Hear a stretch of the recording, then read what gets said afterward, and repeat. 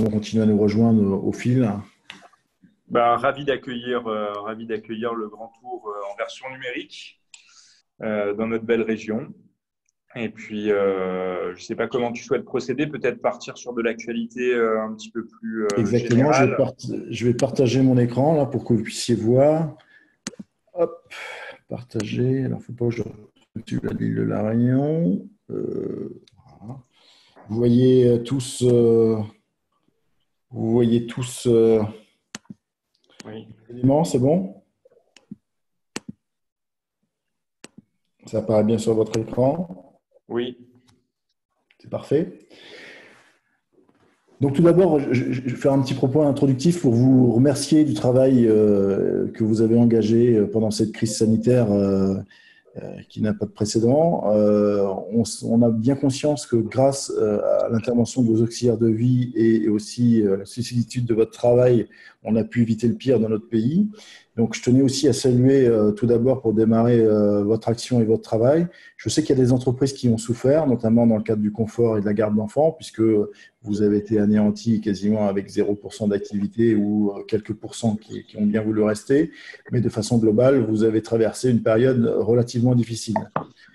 Juste vous dire que la FEDESAP a été plutôt extrêmement présente pendant cette période et que les équipes se sont activées pour pouvoir vous informer du mieux possible et avec des éléments à chaque fois vérifiés. Donc un gros travail de Sylvia et de Régis Granet, donc notre directeur juridique, et de Sharon, que je salue au passage, donc qui travaille au niveau du service juridique. Et c'est vrai qu'on a eu une activité assez incroyable pour pouvoir alimenter tous vos questionnements et vos réponses. On a eu des milliers d'appels, on a fait des milliers de mails et on a tenu le coup, on a mis les webinaires, les lives en place et globalement, je pense qu'il y a une véritable satisfaction puisque on a continué à augmenter des dons même pendant le Covid. Donc, ça veut donc dire que les personnes qui se sont connectées à la FEDESAP ont eu une réponse qui les intéressait. Donc, on a eu en effet un premier temps, comme vous l'avez vu, plutôt masqué, c'est-à-dire que tout le monde nous posait des questions, quand est-ce qu'on va avoir des masques, et puis un second temps, évidemment, sur toute l'activité plutôt juridique, sur l'activité partielle, etc. Et puis après, on est encore sur un dernier temps sur les primes qu'on évoquera ensemble tout à l'heure.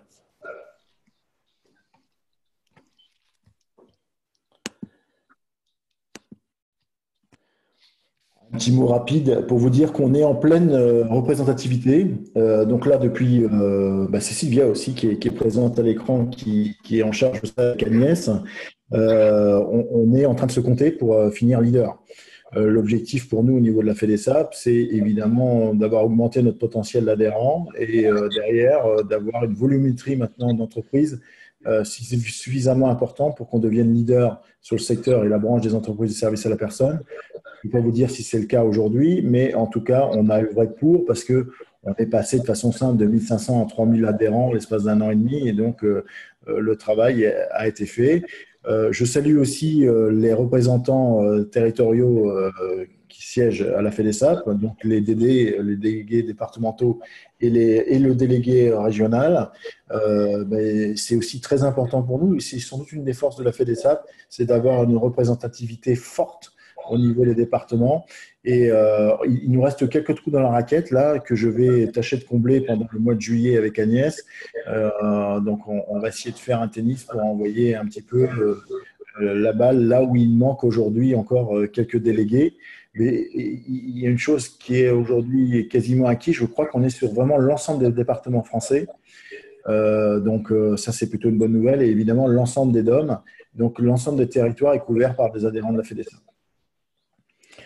10 salariés permanents, mais ça vous le saviez déjà. On a 2 organismes de formation qui travaillent en satellite pour bosser sur l'accompagnement des dirigeants. Alors pourquoi 2? Parce que tout simplement, c'est des histoires de TVA. Il y en a un qui est fiscalisé avec assujetti à la TVA et l'autre non assujetti à la TVA. Quand on est en subvention, on est non assujetti, mais vous qui êtes chef d'entreprise, vous savez ça par cœur. Et quand on est avec l'OPCO, on est évidemment sur de l'assujettissement.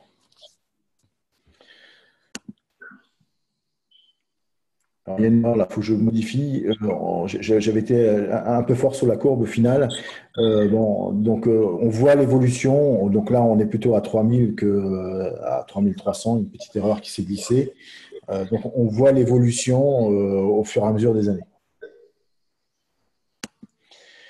Pour ceux qui auraient une inquiétude, bon, j'entends parfois, vous avez de plus en plus de grosses boîtes à la FEDESAP. Bon, globalement, soyons rassurés, 50% de nos boîtes sont des PME, donc tout va bien. Il y a un juste équilibre entre les boîtes importantes et les boîtes qui sont un peu plus petites, si je puis me permettre. Le chiffre intéressant, c'est les 7% de création, ça veut dire qu'il y a toujours des créateurs.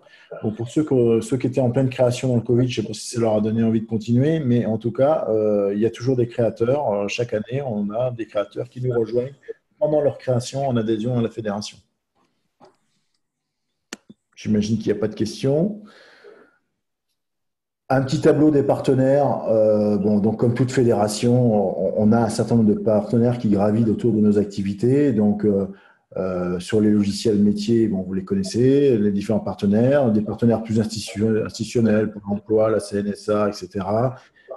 Des partenaires après un peu privilégiés sur la formation comme Cage, Business School. Bon, donc voilà, on a un certain nombre de partenaires bien associés aujourd'hui. On vient d'intégrer le conseil d'administration d'Andéo aussi, donc on est maintenant un peu plus présent encore au niveau d'Andéo. Et on va avoir un nouveau partenaire qui va arriver début juillet sur le RGPD, que Sylvia vous présentera tout à l'heure. Alors, on va rentrer dans les points d'actualité. Donc, une actualité très très forte. Je ne vais pas vous refaire ce que je vous ai dit tout à l'heure. Bon, notamment l'activité sortie de crise aujourd'hui. Bon, est-on complètement sorti de crise? Globalement, on est en sortie de crise. Je parlais de trois métiers, de nos trois métiers principaux. Sur la garde d'enfants, ça reste très compliqué. Ça oscille entre 40 et 60% au niveau de la reprise du chiffre d'affaires. Donc, la garde d'enfants est vraiment un sujet un peu complexe. Sur le confort, on a plutôt une belle reprise sur juin. Donc, on n'est pas encore arrivé au palier de 100 pour la plupart, mais globalement, beaucoup d'entreprises nous disent qu'ils arrivent sur un palier de 80% d'activité. Donc, globalement, ça se joue bien. Sur le maintien à domicile, on est plutôt sur le bon palier, on est proche des 100% et voire avoir repris un petit peu d'activité puisqu'il y a eu beaucoup de sorties d'hospitalisation pour laisser des places à l'hôpital. Donc, de ce fait-là, globalement, sur le maintien à domicile, ça va bien. Il y a deux grands gagnants sur la crise.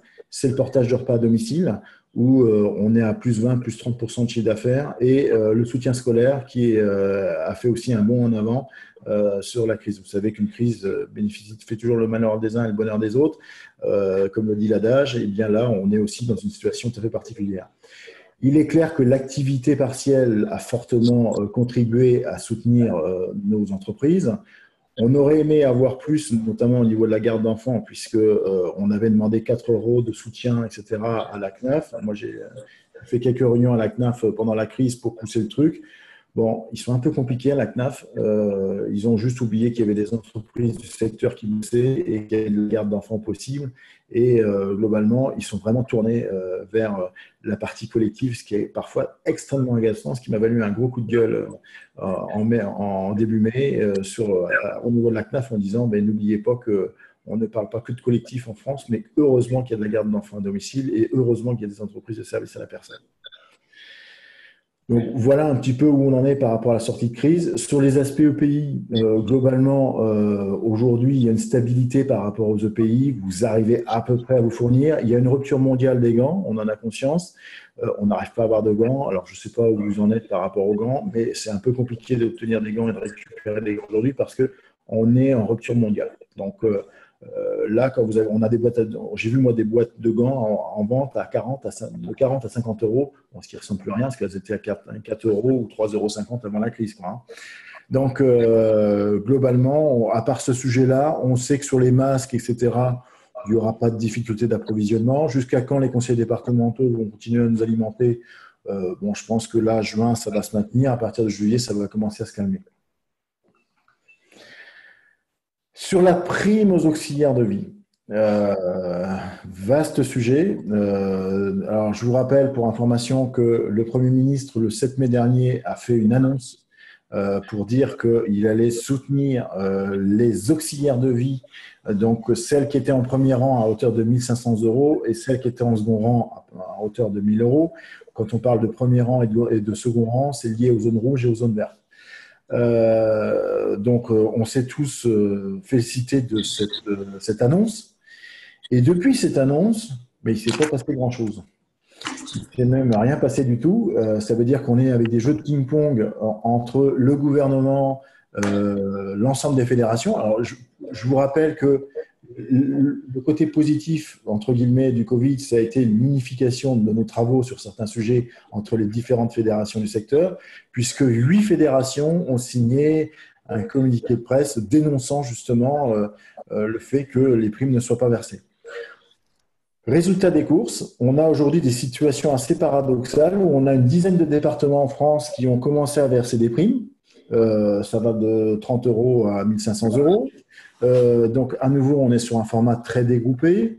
Et derrière, le gouvernement nous apporte que peu de réponses positives et ça devient maintenant quelque chose de compliqué à gérer parce qu'il renvoie directement la patate chaude au département en disant c'est les départements qui doivent gérer. Les départements nous disent mais comment on verse une prime de ce type aux entreprises, aux auxiliaires de vie des entreprises, comment on fait, quid du versement, comment on va organiser tout cela, et ce qui fait qu'on n'arrive pas à s'en sortir. Donc on a lancé un centre d'action avec la FEDESAP et nos partenaires sur ce sujet pour porter le P au plus haut possible pour que derrière ça continue aussi à avancer. Je ne sais pas ce qui va se passer vers l'Assemblée, mais ça commence à nous faire peur. Alors, généralement, j'ai des questions là, mais je n'en aurai peut-être pas.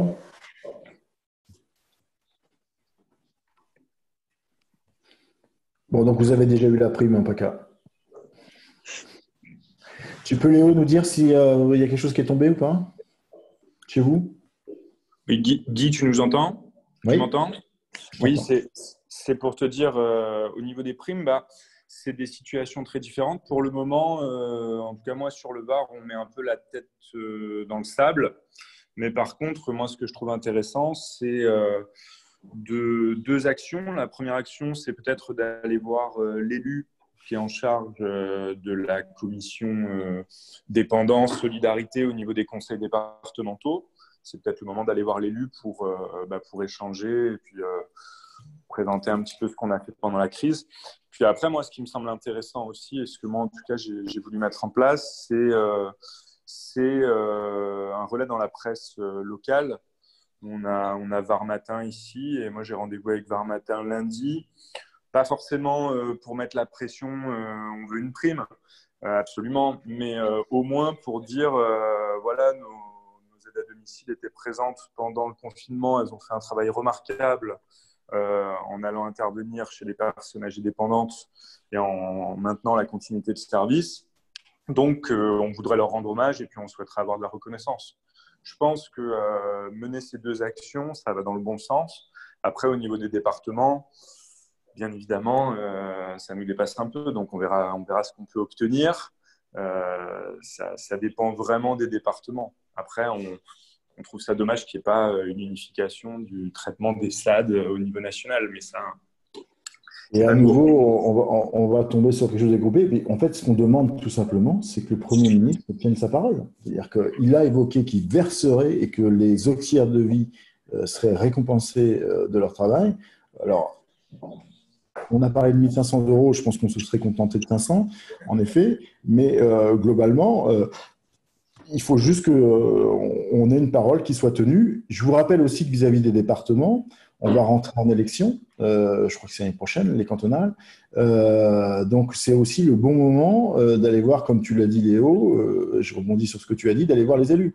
Parce que eux-mêmes vont entrer dans une situation tout à fait intéressante sur le sujet.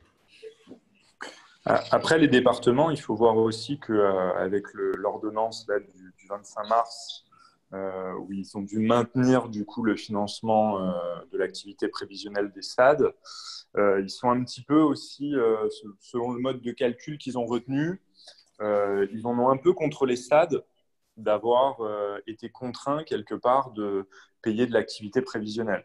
Donc il y a aussi ça à mettre dans la balance où on va aller demander une prime pour nos auxiliaires de vie au département, ce qui est tout à fait légitime. Mais on arrive, les départements, certains départements et certains techniciens sont déjà un peu échaudés sur le fait qu'ils nous aient payés alors qu'on n'intervenait pas il nous est quand même payé sur la base d'une activité prévisionnelle. Voilà. Et je vérifie, vous êtes nombreux sur la toile cet après-midi, je vous en remercie. Donc, évidemment, vous pouvez compter sur notre pression sur ce sujet. On va continuer à arguer, etc. On n'exclut pas aussi de mettre en place des choses un petit peu plus dures sur ce sujet, quoi.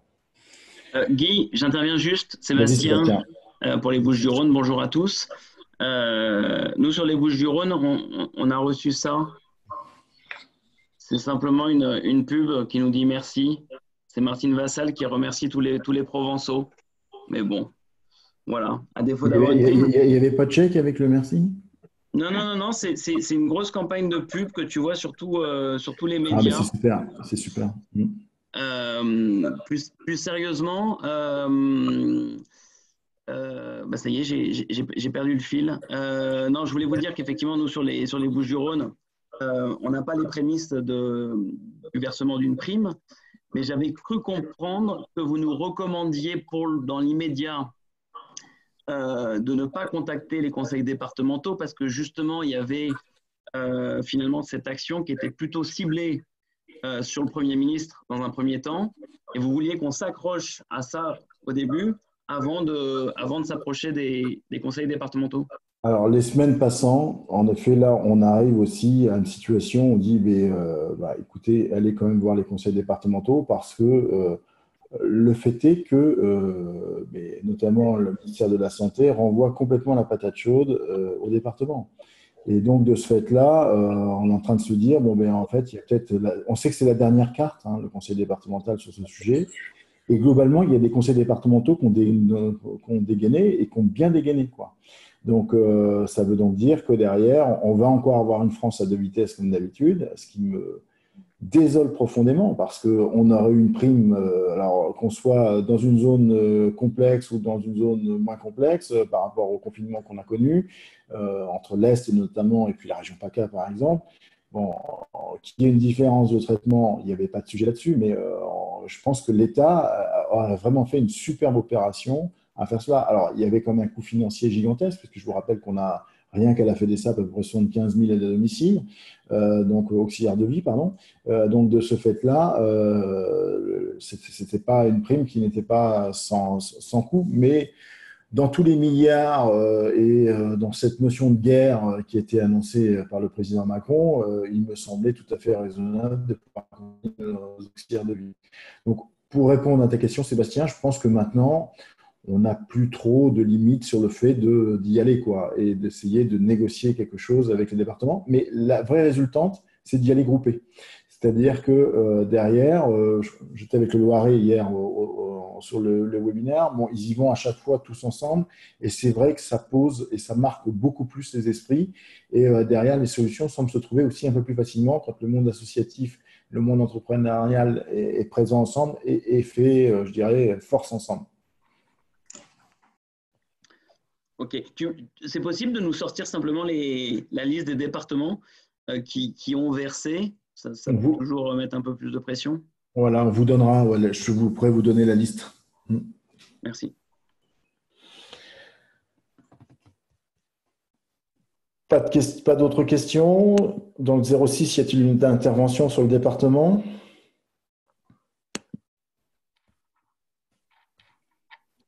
Quelqu'un veut prendre la main sur les Alpes, sur Olivier? Non, rien pour l'instant, rien de nouveau. Okay. Alors, autre sujet d'actualité qui est moindre par rapport à ce qu'on vient de se dire, c'est la contemporanéité du crédit d'impôt. Juste pour vous dire, de façon rapide, qu'il y a 2 expérimentations actuellement. On a des boîtes de la FEDESAP qui sont rentrées dans cette expérimentation en Île-de-France et dans le Nord. Fort de cela, on ressortira sans doute des éléments tout à fait intéressants pour voir si cette contemporanéité pourra être lancée sur l'ensemble du territoire. Donc, les conclusions arriveront en fin d'année, sans doute pour une mise en place du dispositif 2021-2022, on ne sait pas encore trop. Moi, il y a un sujet que j'ai du mal à comprendre, c'est qu'avec le pass, je pensais qu'on allait aller un peu plus vite sur le sujet parce que l'harmonisation entre le pass et puis la contemporanéité aurait été marquante. Et puis derrière, on a conscience aussi que pour l'instant, sur les informations qu'on nous donnerait sur ce sujet, on pourrait quand même prendre de l'activité complémentaire, notamment en confort et en garde d'enfants. Donc, la contemporanéité serait vraiment très, très utile sur ces deux activités-là, sur le confort et la garde d'enfants. Je ne sais pas si Sylvia en a d'autres éléments à donner sur ça. Non, sur la contemporanéité, rien de spécial par rapport au sujet. Donc, ça va suivre. Donc, derrière, on ne manquera pas, évidemment, de vous donner les conclusions de l'expérimentation. Ça paraît un petit peu complexe dans sa mise en œuvre. En fait, on le voyait de façon un peu plus simple. Nous, on l'aurait au niveau de la FEDESAP, on ne l'aurait pas forcément mis en place comme ça. Mais globalement, les entreprises qui suivent disent ça peut être vecteur, en effet, de business supplémentaire au niveau du confort et de la garde d'enfants. C'est la conclusion qui en est faite aujourd'hui. Autre élément, et donc Sylvia, si tu veux intervenir dessus, j'ai pas de problème. Si tu veux que je fasse l'introduction. Donc sur le 5e risque, il s'est passé quelque chose d'historique, je pense, la semaine dernière, mardi soir dernier, où un groupe de députés ont défini la notion de 5e risque et naissance de la 5e branche de la sécurité sociale. C'est clairement une révolution. C'est clairement une révolution parce que derrière, ça peut complètement, et ça va sans doute totalement modifier notre champ d'activité. Et même par rapport à ce qu'on vient de se dire sur les départements ne trouveront peut-être plus leur place, évidemment, sur ce 5e risque, parce qu'il s'agit bien de la sécurité sociale qui prendrait le lead. On voit que le confinement a servi aussi à quelque chose, parce que bizarrement, on nous a sorti du chapeau d'un seul coup, sans que personne s'y attende, cette notion de 5e risque et de 5e branche de la sécurité sociale, qui derrière va malmener aussi la loi grand âge et autonomie qui devait arriver maintenant courant septembre-octobre. Donc, on voit que derrière, cette naissance prématurée, mais qui est un vieux serpent de mer aussi, parce que je crois que c'est Larocque en 62 qui avait évoqué la naissance de cette branche professionnelle, de cette branche, de cette 5e branche, excusez-moi. On voit que Sarkozy en avait parlé un petit peu, que Hollande en avait également parlé un petit peu, mais derrière, il ne s'était pas passé grand-chose. Et d'un seul coup, elle a été mise sur les fonds baptismaux. Et derrière, on peut en attendre une révolution. Parce que évidemment, qui dit 5e branche, dit financement différent, dit mise en avant de la CNSA. Et là, franchement, je ne sais pas où on va retrouver les départements. Est-ce que tu veux rajouter quelque chose sur ça? Je ne sais pas si tu avais suivi, il y avait une intervention en fait d'Olivier Véran ce matin. Non, je n'ai pas suivi, j'étais en ligne. Ah oui, c'est vrai. Qui disait justement qu'il ne savait pas si c'était une 5e branche ou un 5e risque qui serait créé, donc soit une branche autonome ou alors un risque qui serait rattaché à une autre branche déjà existante, donc soit vieillesse, soit maladie, selon toutes les possibilités. Le problème de cette annonce en fait et de la validation par l'Assemblée nationale de cette création en fait de la branche perte d'autonomie, ça veut dire qu'on ne sait pas si ça va être validé ou pas par les sénateurs, parce que là ça a été voté le 15 juin par l'Assemblée nationale, mais il faut encore que ce soit voté par les sénateurs. Et par ailleurs en fait ça pose plus de questions que ça ne résout de problèmes en fait, parce que ça, en théorie il y aurait éventuellement un gros financement en fait qui nous serait attribué, mais ça induit aussi la création d'organismes autonomes, et justement on ne sait pas si ça va être la CNSA qui va s'en occuper ou si ça va être redistribué, si les compétences vont être redistribuées autrement, tant au niveau du financement que de la mise en œuvre. Voilà. Alors, sur cette situation, donc je crois que la CSG devait disparaître en 2024 ou 2025, je ne sais plus exactement, mais en tout cas, elle a été prolongée jusqu'en 2035 vraisemblablement. Bon, on voit bien que derrière, de toute façon, il va falloir des sous. Et de toute façon, l'État aussi commence à voir que on est un des pays du monde qui a un peu pris beaucoup de retard sur la gestion démographique et notamment sur le vieillissement de la population. Et il va être temps de prendre aussi des mesures qui vont bien pour accompagner cette explosion démographique liée aux personnes âgées qui vont arriver dans les années à venir. Donc là, on a quelque part 5 ans pour bien se préparer à derrière des activités extrêmement fortes dans le secteur. Je pense que vous ne manquez pas de travail et que vous n'en manquerez pas dans les années à venir. Si en plus on continue à avoir des problèmes avec des problèmes sanitaires, ça va être compliqué à gérer. Donc là, c'est sincèrement une révolution. Donc, je ne doute pas que le Sénat va voter, vu l'âge moyen du Sénat, non, c'était une boutade. Donc, le Sénat, à mon avis, va sans doute acter aussi cette situation parce que de toute façon, je pense qu'il y a une volonté politique derrière. Donc, on va suivre ça évidemment comme le lait sur le feu, bien évidemment. Et puis, derrière, ça nous pose question par rapport, je vous dis, au plan grand âge et autonomie. Parce que maintenant, c'est la notion d'autonomie, mais plus de grand âge, qui ressort dans le cadre de ce 5e risque, où en fait, dès la majorité, eh bien, on peut avoir un problème d'autonomie. Et donc, de ce fait-là, cette nouvelle branche prendrait à bras-le-corps l'autonomie dès nos 18 ans. Donc, ça va être très intéressant. Je pense que il va y avoir des groupes de travail assez importants. On l'a découvert comme ça, c'est tombé comme ça. Et donc derrière, on voit bien qu'il y a quand même une forme d'alignement des planètes parce que le PLFSS, le vote de budget est en octobre-novembre. Donc tout ça, ça s'aligne plutôt parfaitement bien pour aller assez rapidement sur le sujet, quoi. Bon, après, on ne va pas extrapoler, on est bien sur un effet d'annonce, mais on est content de le partager avec vous. Est-ce que ça sera bien, pas bien, quel tarif, etc. Vous comprenez bien qu'on est dans l'incapacité de vous répondre actuellement. Là, on est en train de poser un socle qui devrait accompagner le futur de vos entreprises.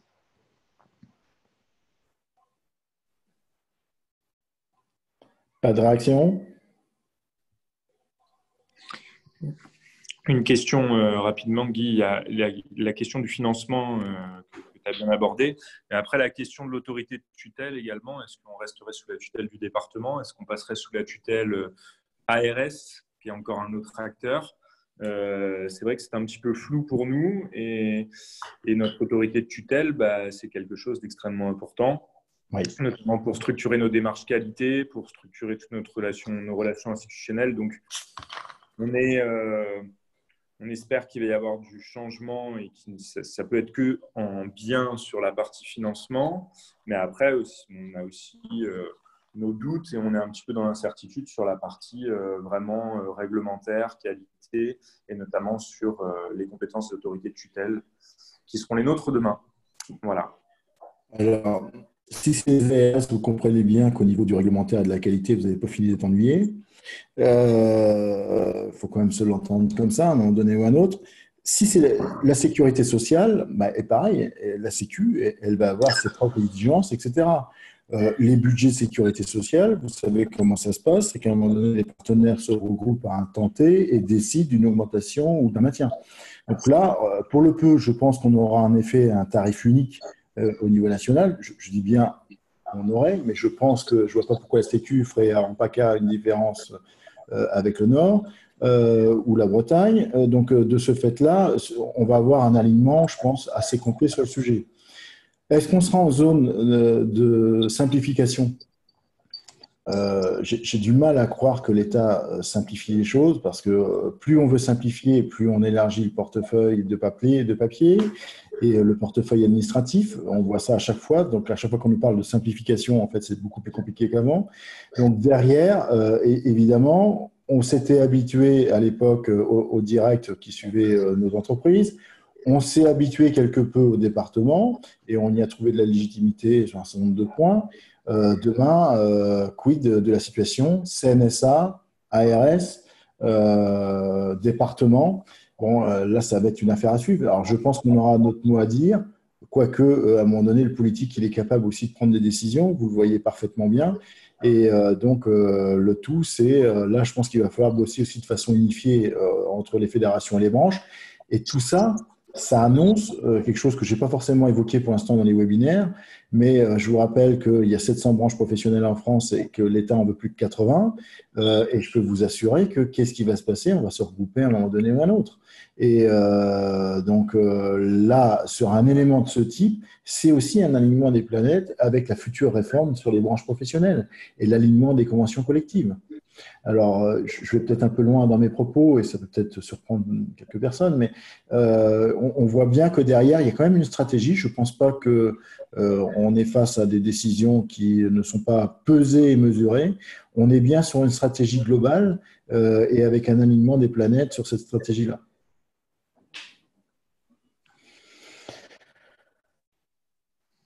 Voilà. Pas de questions. Merci Sylvia pour ton éclairage. On rentre dans les actualités juridiques, si vous en êtes d'accord. Notre vieux serpent de mer, qui est la médecine du travail, bon, ça avance plutôt bien. On a un député qui est en train de prendre le sujet à bras-le-corps, donc je pense qu'il a envie de se faire connaître et de marquer de son nom la République, parce qu'il vient de Saint-Pierre-et-Miquelon. Et donc derrière, il a rencontré la FEDESAB. Alors, je crois que c'est Régis qui l'avait rencontré avec Jean-Thomas de l'Occitanie. Et derrière, il nous a appelé parce qu'il a vu qu'il y avait beaucoup de procédures en cours avec des adhérents de la fédération vis-à-vis des associations de médecine du travail. Et il nous a demandé tout simplement pourquoi. Donc, on lui a expliqué le pourquoi des choses. On lui a expliqué que c'était une honte nationale ce qui se passait et qu'on était sous une forme de raquette des associations qui ponctionnent aisément les entreprises de services à la personne sur du salarié, alors que nous, on devrait plutôt être calculé en ETP. Donc, il y a donc une démarche parlementaire qui va se mettre en place, un groupe parlementaire, et je pense qu'on devrait avancer sur ce sujet-là. Alors, ça a pris du retard, évidemment, avec Covid-19, mais le sujet va quand même continuer à avancer. Par ailleurs, on a beaucoup de procédures en cours qui sont gagnées par les chefs d'entreprise. À chaque fois, on n'a pas de procès qui ont été perdus pour l'instant. Je vois. On espère que ça va continuer comme ça. Pour se lancer dans une procédure, évidemment, on ne peut pas se lancer pour 500 ou 1000 euros. Bon, il faut au minimum avoir un litige de plusieurs milliers d'euros parce que dès que vous additionnerez vos frais d'avocat, etc., vous comprenez bien que le jeu ne pourrait ne pas en valoir la chandelle. Donc, un sujet qui va sans doute avancer à la vitesse de la République, certes, mais qui va avancer. Et on a bien conscience de ce que vous vivez avec vos associations. Alors, ce qu'on vous demande également, c'est d'aller aux assemblées générales parce qu'ils sont en train de se tenir. Donc, surtout, mobilisez-vous et allez aux assemblées générales et marquez un peu votre révolte sur le sujet, notamment, et il y a un point qui évoquera les éléments financiers et notamment les bénéfices et le partage, entre guillemets, sous forme de primes, des bénéfices qui sont faits. J'entendais encore sur Lyon, dans ce webinaire d'Aura, qu'on avait une association qui dégageait quasiment 800 000 euros d'excédent, quoi. Bon, c'est juste honteux, quoi. C'est juste honteux. Tu as rajouté quelque chose sur les questions que tu peux avoir au niveau juridique, Sylvien ? Éventuellement, vous rappelez le mode de calcul en fait pour savoir si je ne sais pas, peut-être que certains d'entre vous ont déjà lancé des procédures pour remettre en cause le mode de calcul qui était appliqué. Il n'y a pas eu de nouveauté en fait depuis plusieurs années dans la mesure où il avait déjà été arrêté par la Cour de cassation par un arrêt de principe qui est relativement rare en fait de la part de la Cour de cassation le 12 septembre 2018 qui a rappelé le mode de calcul obligatoire donc, qui devait être imposé aux services de santé au travail interentreprises, qui était donc de prendre le montant total des dépenses engagées par le service de santé au travail interentreprises au titre de l'année N+1, au titre de tous les salariés pris en charge, en le multipliant par le nombre de salariés en équivalent temps plein de l'entreprise et en divisant cet ensemble par le nombre de salariés de l'ensemble des entreprises adhérentes de l'année. Et on a constaté effectivement que ce mode de calcul était rarement appliqué et qu'en général, les services de santé au travail interentreprise utilisaient un mode de calcul par tête et non en ETP, ce qui a pour effet de multiplier en fait le montant de la cotisation simplement de matière mathématique. Donc voilà, c'est juste pour le petit précision. Juste un point sur la médecine du travail à l'heure actuelle. Moi, ça serait pas, si c'était pas aussi dramatique, ça prêterait à sourire, mais j'ai eu le plaisir de recevoir un courrier de l'inspection du travail qui me demandait pourquoi je n'avais pas fait passer de visite médicale entre le 15 mars et le 15 mai. Donc voilà, c'est surprenant comme attitude. Et ça s'appelle un courrier collector, ça. Ouais, je te le transférerai si tu veux. Ouais, je veux bien. Ouais, à Régis, je pense que ça va l'intéresser. Et après, il faut savoir que la médecine du travail, pour le moment, chez nous, ça se passe en télémédecine. Donc, c'est de la télémédecine. Et puis, c'est très compliqué, comme partout, j'imagine. Mais il y avait aussi, à un moment, il y avait le rapport Lecoq qui était sorti et qui essayait de donner un peu des perspectives sur la médecine du travail et sur la branche AT-MP de la CARSAT.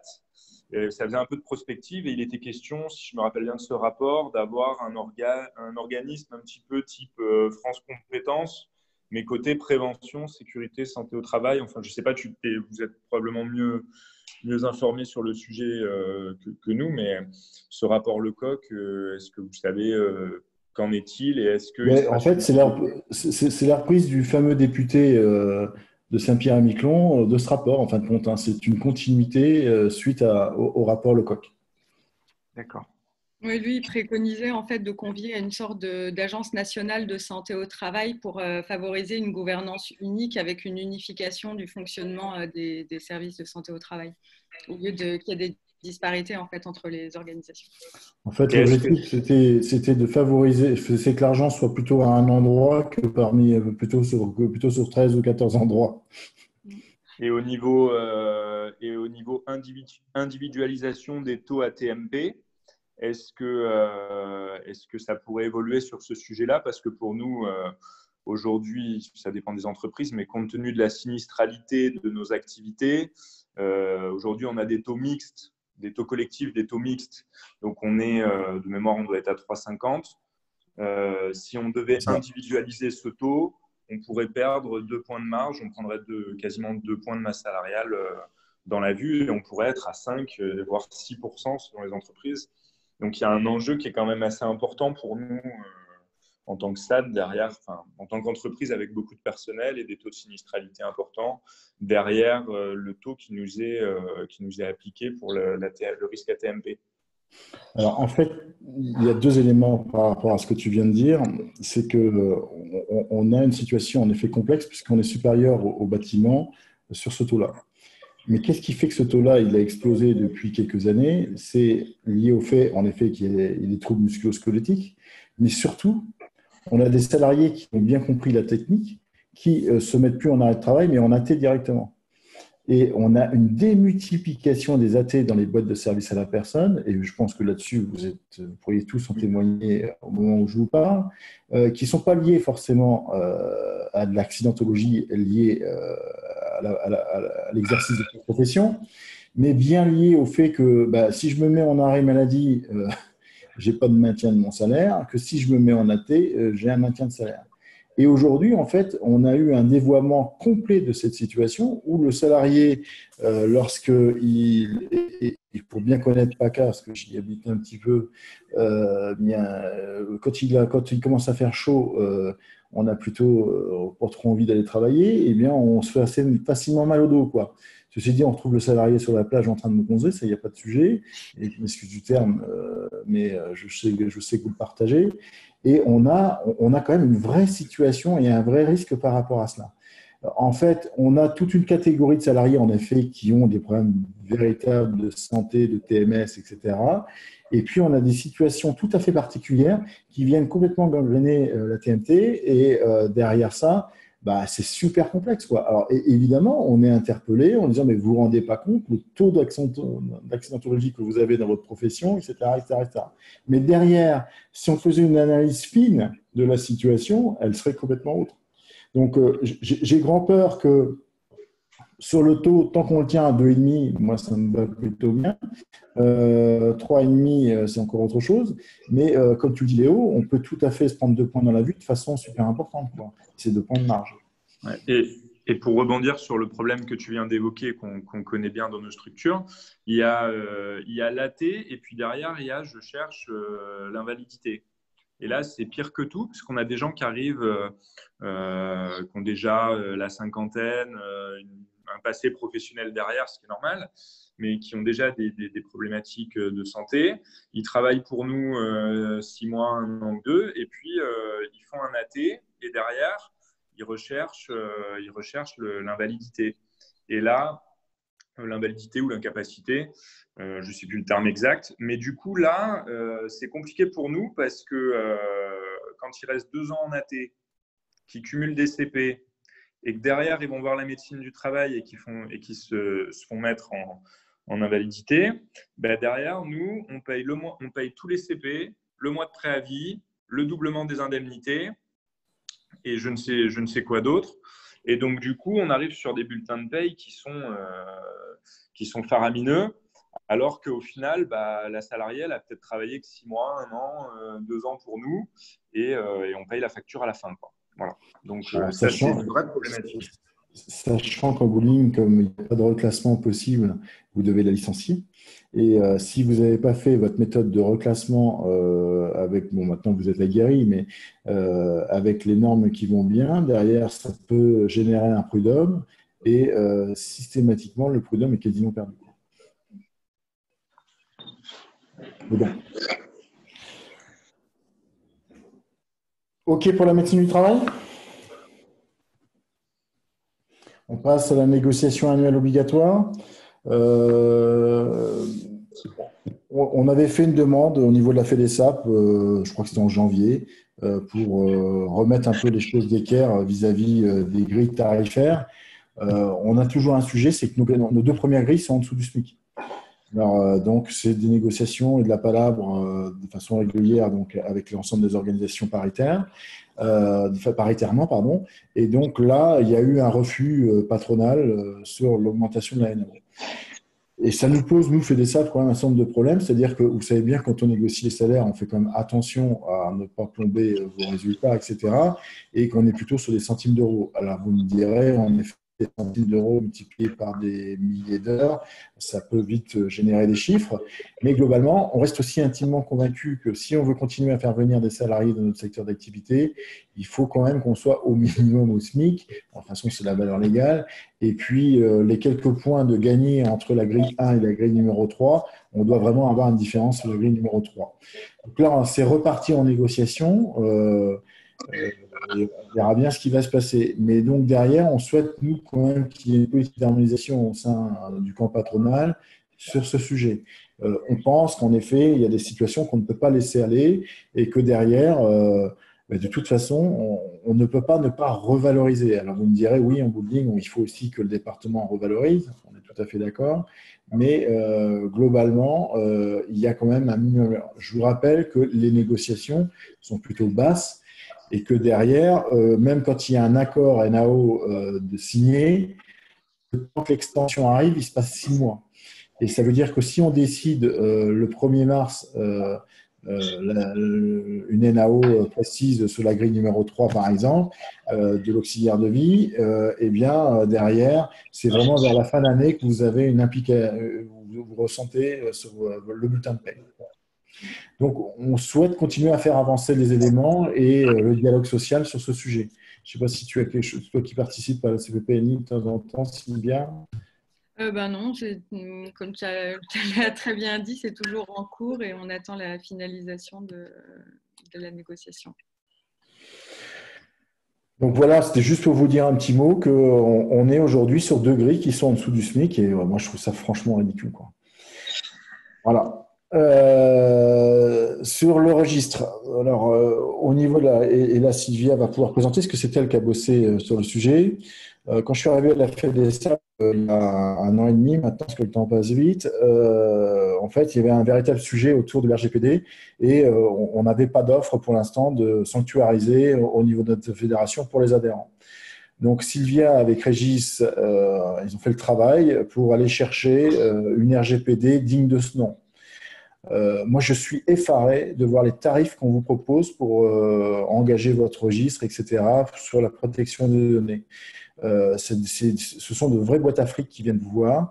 Et derrière, on est sur des tarifs qui sont complètement exorbitants et je trouve complètement décalés par rapport à notre secteur d'activité. Donc, il y a eu un travail de fond de mener que tu vas expliquer, Sylvia, pour vous faire une proposition qui me semble tout à fait intéressante et tout à fait juste par rapport aux entreprises de services à la personne et par rapport à ce que j'ai pu voir par ailleurs dans un autre monde.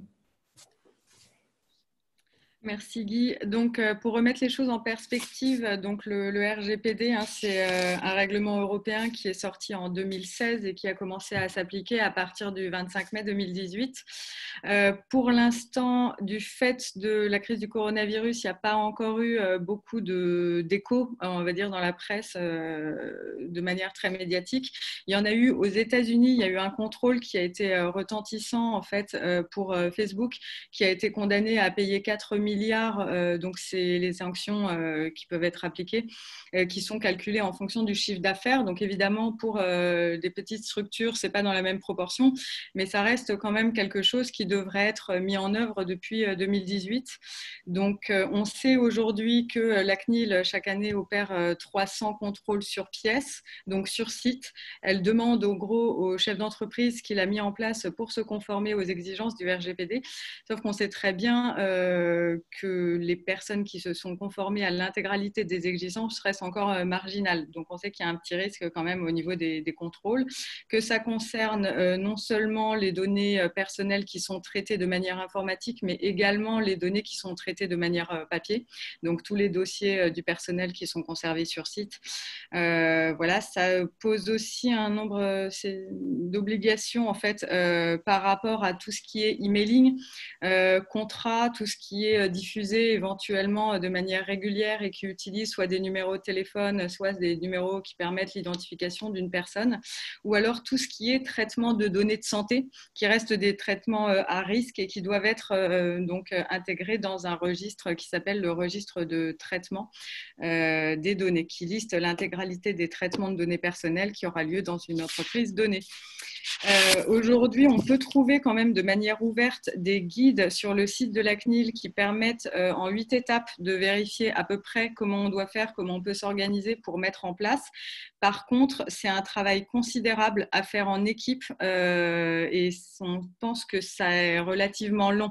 Donc nous, ce qu'on vous propose aujourd'hui et ce qui a été négocié, en fait, c'est une offre packagée qui est proposée en fait par notre partenaire. Donc c'est Consultex, c'est une société de consulting en informatique, en intelligence artificielle qui est aussi DPO externe, qui gère pas mal de grands groupes et qui nous propose en fait pour les adhérents, qui vont proposer à partir du lancement qui aura lieu début juillet pour 990 € hors taxes qui peuvent être payés éventuellement en 3 fois sur demande. Donc plusieurs livrables qui seront le registre des traitements internes, donc c'est tous les traitements que vous aurez mis en place au sein de votre structure, une sorte de traitement des métiers communs qui est donc adapté en fait suite à une demande d'un adhérent au cours d'une ou de plusieurs échanges d'environ 2 à 4 heures. Une remise à jour des conditions générales de vente, des contrats de travail pour remettre les mentions obligatoires RGPD pour informer le salarié que certaines de ces données peuvent être conservées, traitées et éventuellement stockées de manière interne à l'Union européenne. Les mentions légales qui doivent être publiées sur les sites internet, la gestion des cookies en fait, qui peuvent être utilisés par le biais de vos sites internet et une charte collaborateur. Donc tout ça, ce sera sera dans le package avec un crédit de sollicitation en fait, qui peut être utilisé pendant 1 an pour que la personne, donc l'adhérent FEDESAP qui aura choisi de faire appel à cette offre, puisse avoir des réponses plus ciblées par rapport à soit une mise en œuvre d'un nouveau traitement, soit le déploiement d'un nouveau système informatique de gestion ou même des questions sur la sécurité informatique en général. Donc tout ce qui pourrait être une question posée à son DPO interne, vu que nous, on estime de toute façon que le DPO pour la plupart de vos entreprises n'est pas obligatoire. C'est bien d'avoir un référent, donc c'est pour ça qu'on a négocié en fait quelques sollicitations dans le cadre de notre offre, parce que pour mémoire, le DPO il est obligatoire uniquement si 2 conditions sont remplies. C'est le suivi à grande échelle, régulier et systématique des personnes, et lorsque les activités de la société amènent à gérer les données sensibles au sens du RGPD, donc santé, orientation sexuelle, données biométriques, génétiques ou autres, à grande échelle.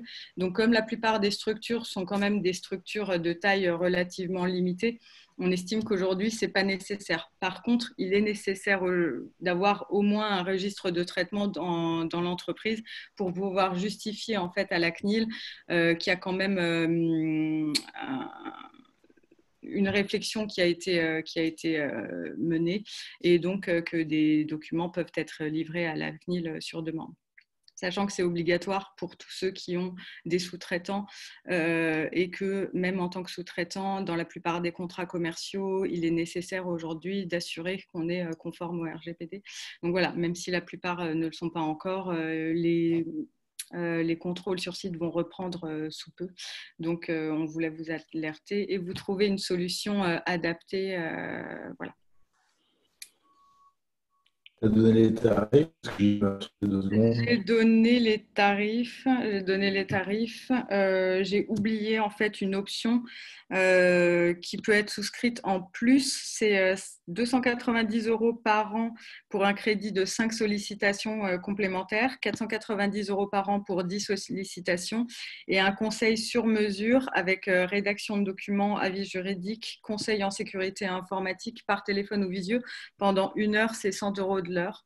Donc voilà, pour revenir sur notre pack, on a retravaillé en fait le registre de traitement. Donc c'est un registre de traitement qui est adapté en fait au mode de fonctionnement de service d'aide à domicile, service à la personne en fait.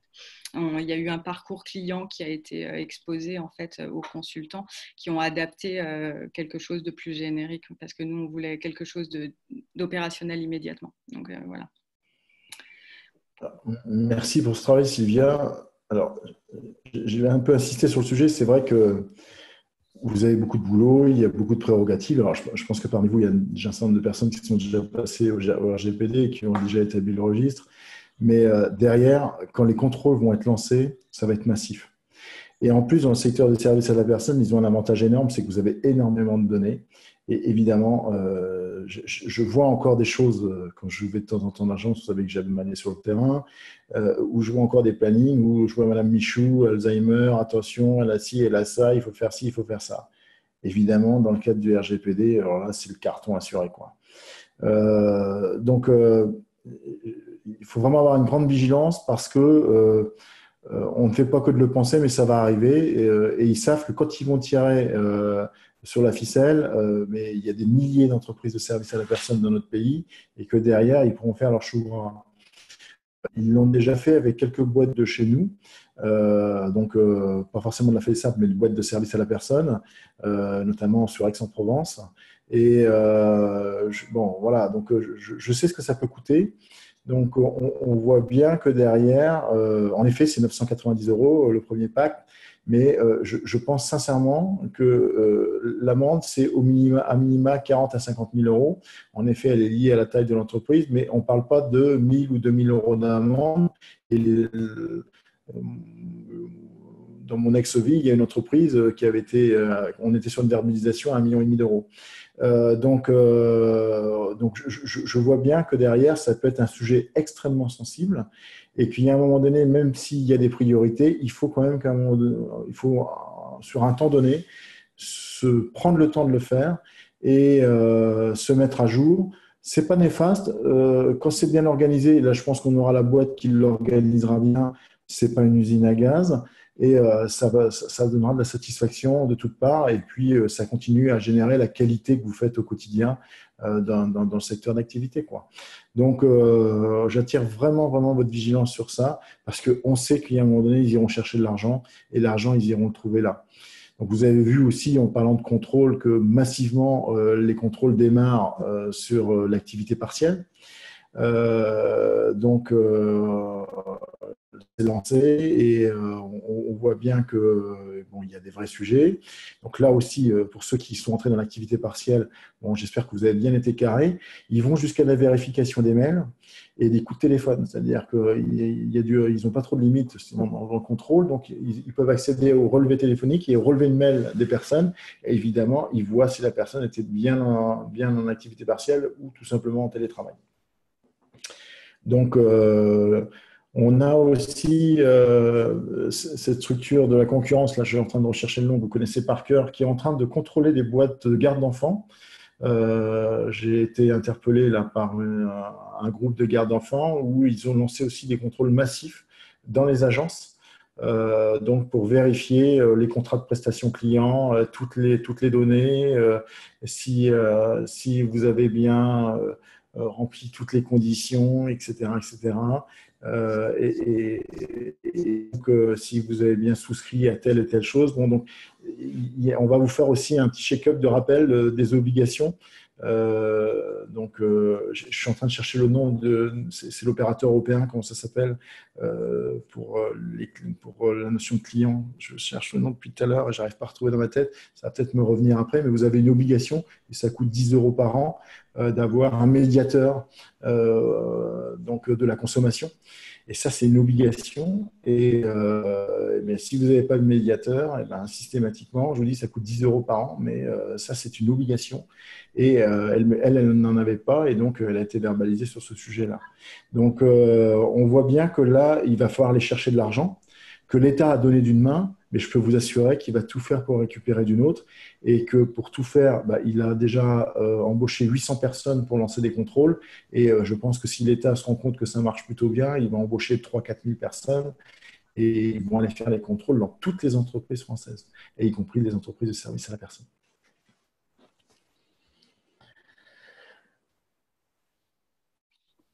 Trop vite, c'est peut-être un dernier point. Merci en tout cas, Sylvia. Alors, cette offre, on va vous la proposer dans 15 jours à peu près. On va vous laisser faire votre début de mois là.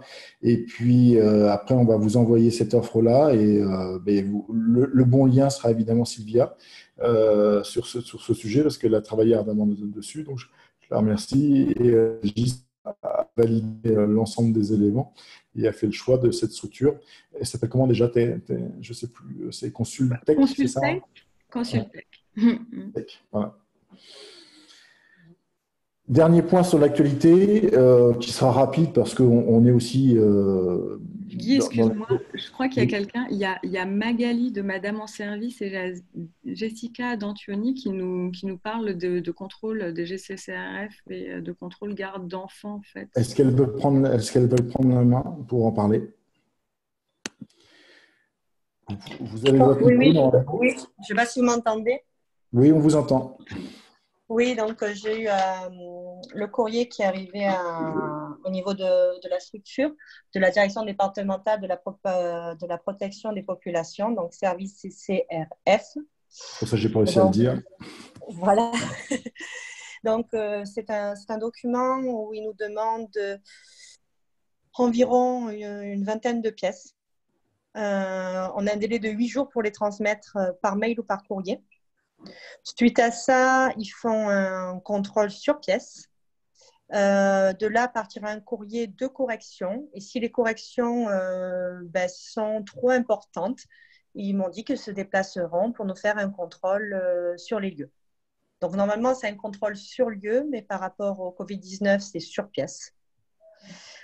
Et je fais partie de… Tu es sur quelle activité? Garde d'enfants. Dans le cadre d'une enquête nationale visant à vérifier le respect de la réglementation applicable au secteur des services à la personne par les opérateurs proposant une activité de garde et d'accompagnement d'enfants, un contrôle de votre établissement, la fait service, nana, va être effectué. Ainsi, je vous demande de me faire parvenir dans un délai de 2 jours la copie des documents suivants. Et une belle liste.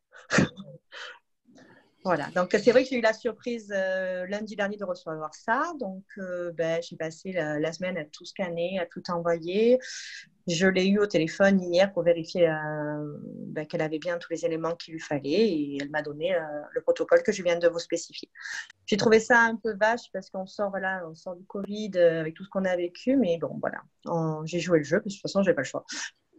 Et surtout qu'on garde d'enfants, on sait ce que vous avez vécu, donc alors il n'y a pas de bonne et de mauvaise structure à contrôler, bien évidemment, mais c'est vrai que sortie de Covid, c'est un peu lourd. Et moi j'ai été interpellé au niveau de la FEDESAP, et il y a eu vraiment dès la sortie du Covid le lancement d'opérations, et voire juste avant, quoi. Donc là, le courrier on voit qu'il y a une volonté de contrôler toutes les structures de garde d'enfants en France. Voilà, le courrier date du 28 mai. Donc, ils ont préparé ça dans la vingtaine, dans la quinzaine qui a suivi la sortie Covid. Alors, vous avez une idée de pourquoi des contrôles à un moment donné, etc., sur des sujets de ce type? Je vais vous donner, et c'est sans doute pas la meilleure des réponses, mais c'en est une. Souvent, ces gens-là ont aussi des enfants, et souvent, ces gens-là font aussi appel à des structures de garde d'enfants. Et évidemment, il y a une déformation professionnelle à un moment donné où vous allez regarder les contrats, les machins, les trucs, etc. Et puis comme c'est votre job, vous dire tiens, il manque tel et tel point, tiens, ça, il n'y a pas le truc de médiateur de la concurrence et compagnie. Et c'est parti, quoi. Souvent, c'est de façon anodine ce genre de choses qui se passent. Donc là, on n'est pas face à la dénonciation parce que, bon, voilà, on est bien sur un sujet généralement assez, pour le peu banal, d'un contrôle qui est lié à une situation particulière.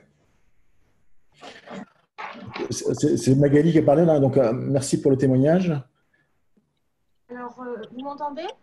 Oui, et c'est Magali qui va parler maintenant. Voilà. Oui. Bonjour à tous.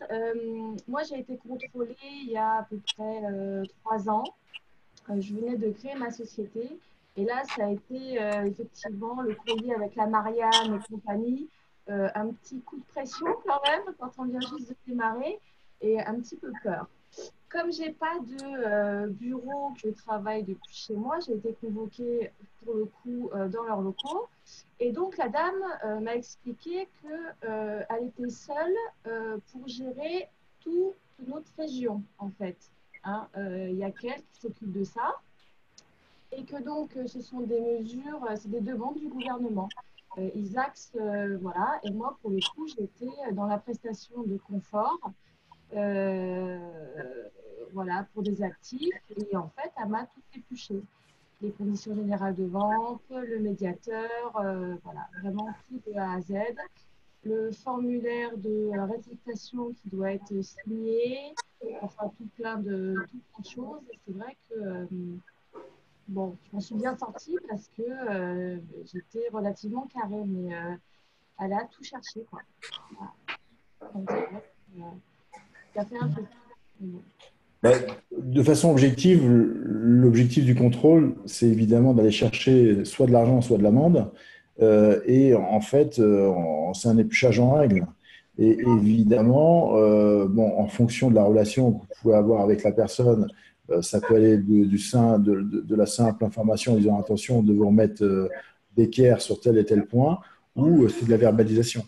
Donc, là, dans votre situation, Magali, où tu démarrais ton activité, il y a peut-être eu une certaine sollicitude, mais là, sur les contrôles actuels, ça semble assez brutal, quoi. Oui. Et je vous réitère le fait que il y a eu quelques milliards de distribués et l'État a déjà 27% de non-conformité au niveau des dossiers. Alors je ne parle pas du secteur des services à la personne. Au niveau global, dans les contrôles, il y a déjà 27% de non-conformité sur l'activité partielle. Donc on voit bien que derrière, fort de cela, ils vont continuer à contrôler. Voilà, mais pas 3h15, parce que je peux la facture de ça. Éteignez bien vos micros quand vous ne parlez pas. Point d'étape, pas d'autres témoignages. En tout cas, merci pour vos deux témoignages parce que bon, ça donne du concret aussi à nos échanges. Et vous êtes dans la région en plus, donc ça a doublement de l'impact. Mais donc, je vais faire en sorte avec Sylvia qu'on puisse vous faire passer une petite note sur les obligations réglementaires, sur tous ces sujets. Juste une liste à l'après-vert de ce qu'il faut faire, sans rentrer dans les détails, mais des fois, ça permet de se dire, bah, tiens, sur tel point, je ne suis pas à jour, il faut que je fasse attention, quoi. On sait que vous avez d'autres choses à faire, mais bon. Et Sylvia. Oui, je voulais dire éventuellement, sinon, si vous avez besoin d'une aide pour le contrôle, en fait, une aide plus juridique, vous avez toujours la possibilité de vous retourner vers nous, de nous faire un petit mail, de nous mettre le courrier, éventuellement de nous adresser le courrier directement à Jurisap pour qu'on vous aide éventuellement dans la constitution du dossier pour vérifier que vous avez bien tout ou si vous avez un problème d'interprétation en fait sur certains documents qui vous sont demandés. Il n'y a pas de problème, vous pouvez toujours nous contacter. Oui, sinon, on avait fait déjà des notes. Je ne sais pas, après, il y a eu beaucoup de changements, tu vois, Guy, au niveau de la gestion de l'activité partielle. On sait très bien aussi, nous, qu'il y avait des doutes même entre les diverses directs, parce que selon les cas, en fait, elles ne renvoyaient pas forcément à la même modalité d'enregistrement en fait, de l'activité partielle, notamment dans le cadre de l'annualisation. Et nous, ça a été un vrai sujet, en fait, pendant la crise du Covid, pendant un mois, parce que les directs changeaient d'avis selon l'endroit. La température. Donc, c'est pas... Ouais. Juste un élément de précision.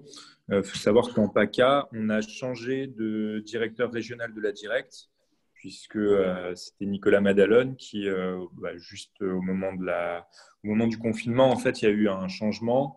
C'est son adjoint, donc c'est Dominique Neyer, qui est devenu le directeur régional de la Directe PACA. Voilà. Et ça s'est fait récemment, puisque c'était à peu près au début du confinement que ça s'est passé. Donc, c'est important de le préciser. Après, au niveau des UT, des directs, je ne sais pas s'il y a eu des changements dans les autres départements. Mais moi, je sais que dans le Var, on a également eu un départ en retraite du directeur de la Directe. Et maintenant, c'est une personne qui s'appelle Alain Testo qui est devenu directeur de l'UT, de la Directe. Alors, je ne sais pas si sur d'autres départements, il y a eu aussi il y a également eu des changements au niveau des directs. Mais voilà, en tout cas, c'était pour régionaliser un petit peu cette actualité. Il y a eu ces mouvements de personnel-là au niveau des serviteurs de l'État. Merci pour ces précisions. Je vous propose de voir le dernier point en quelques secondes parce que le temps défile et il faut quand même que j'avance parce qu'on ne vous bloque pas votre après-midi. Donc, il y a une réforme également de l'agrément qui est en cours. On en parle depuis un certain temps. Donc là, il y a un groupe de travail qui a été constitué et on a quelques entreprises de la FEDESAP qui vont rentrer dans ce groupe de travail donc pour faire des propositions sur cette réforme de l'agrément. Donc, l'objectif pour l'État, c'est sans doute une mise en place 2021, fin d'année 2021. C'est un sujet ancien, parce qu'on en avait déjà parlé l'année dernière, mais ça avait pris, comme beaucoup de choses, un peu de retard. Donc, on ne manquera pas, évidemment, sur cette réforme de l'agrément, de vous donner des éléments. On veut être vigilant sur le fait qu'on n'ait pas des modifications profondes. On veut un maintien d'un certain nombre de choses. On est preneur aussi des remontées que vous pourriez nous faire sur ce sujet. Donc, n'hésitez pas à nous dire par rapport à l'agrément, il y a telle et telle chose qui vont pas. Pour que, bon, c'est pour ça que d'ailleurs on a mis des chefs d'entreprise qui gèrent déjà l'agrément sur ce sujet. Mais n'hésitez pas sur des sujets particuliers à nous faire remonter des éléments.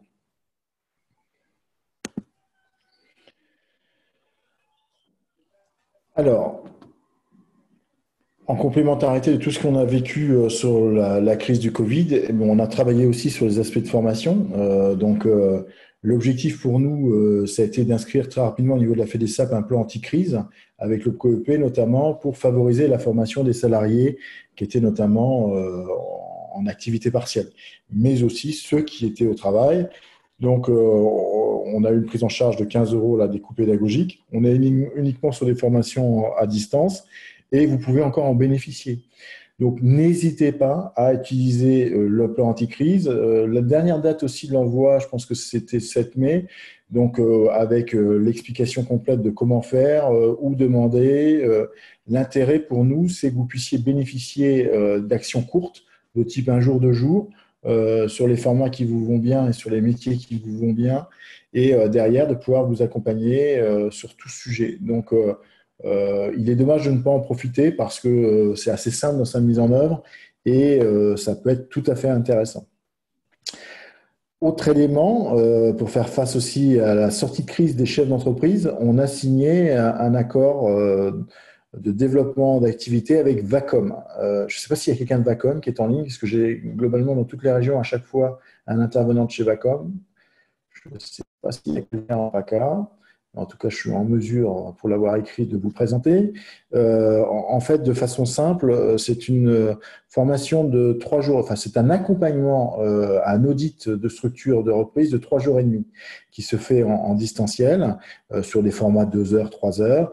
Et derrière, l'objectif, c'est de vous accompagner, de répondre à vos interrogations, d'interroger votre développement et d'interroger la reprise d'activité, la gestion RH, la gestion financière, tous les éléments qui contournent un peu votre entreprise et sur lesquels vous avez parfois peu de temps pour vous pencher.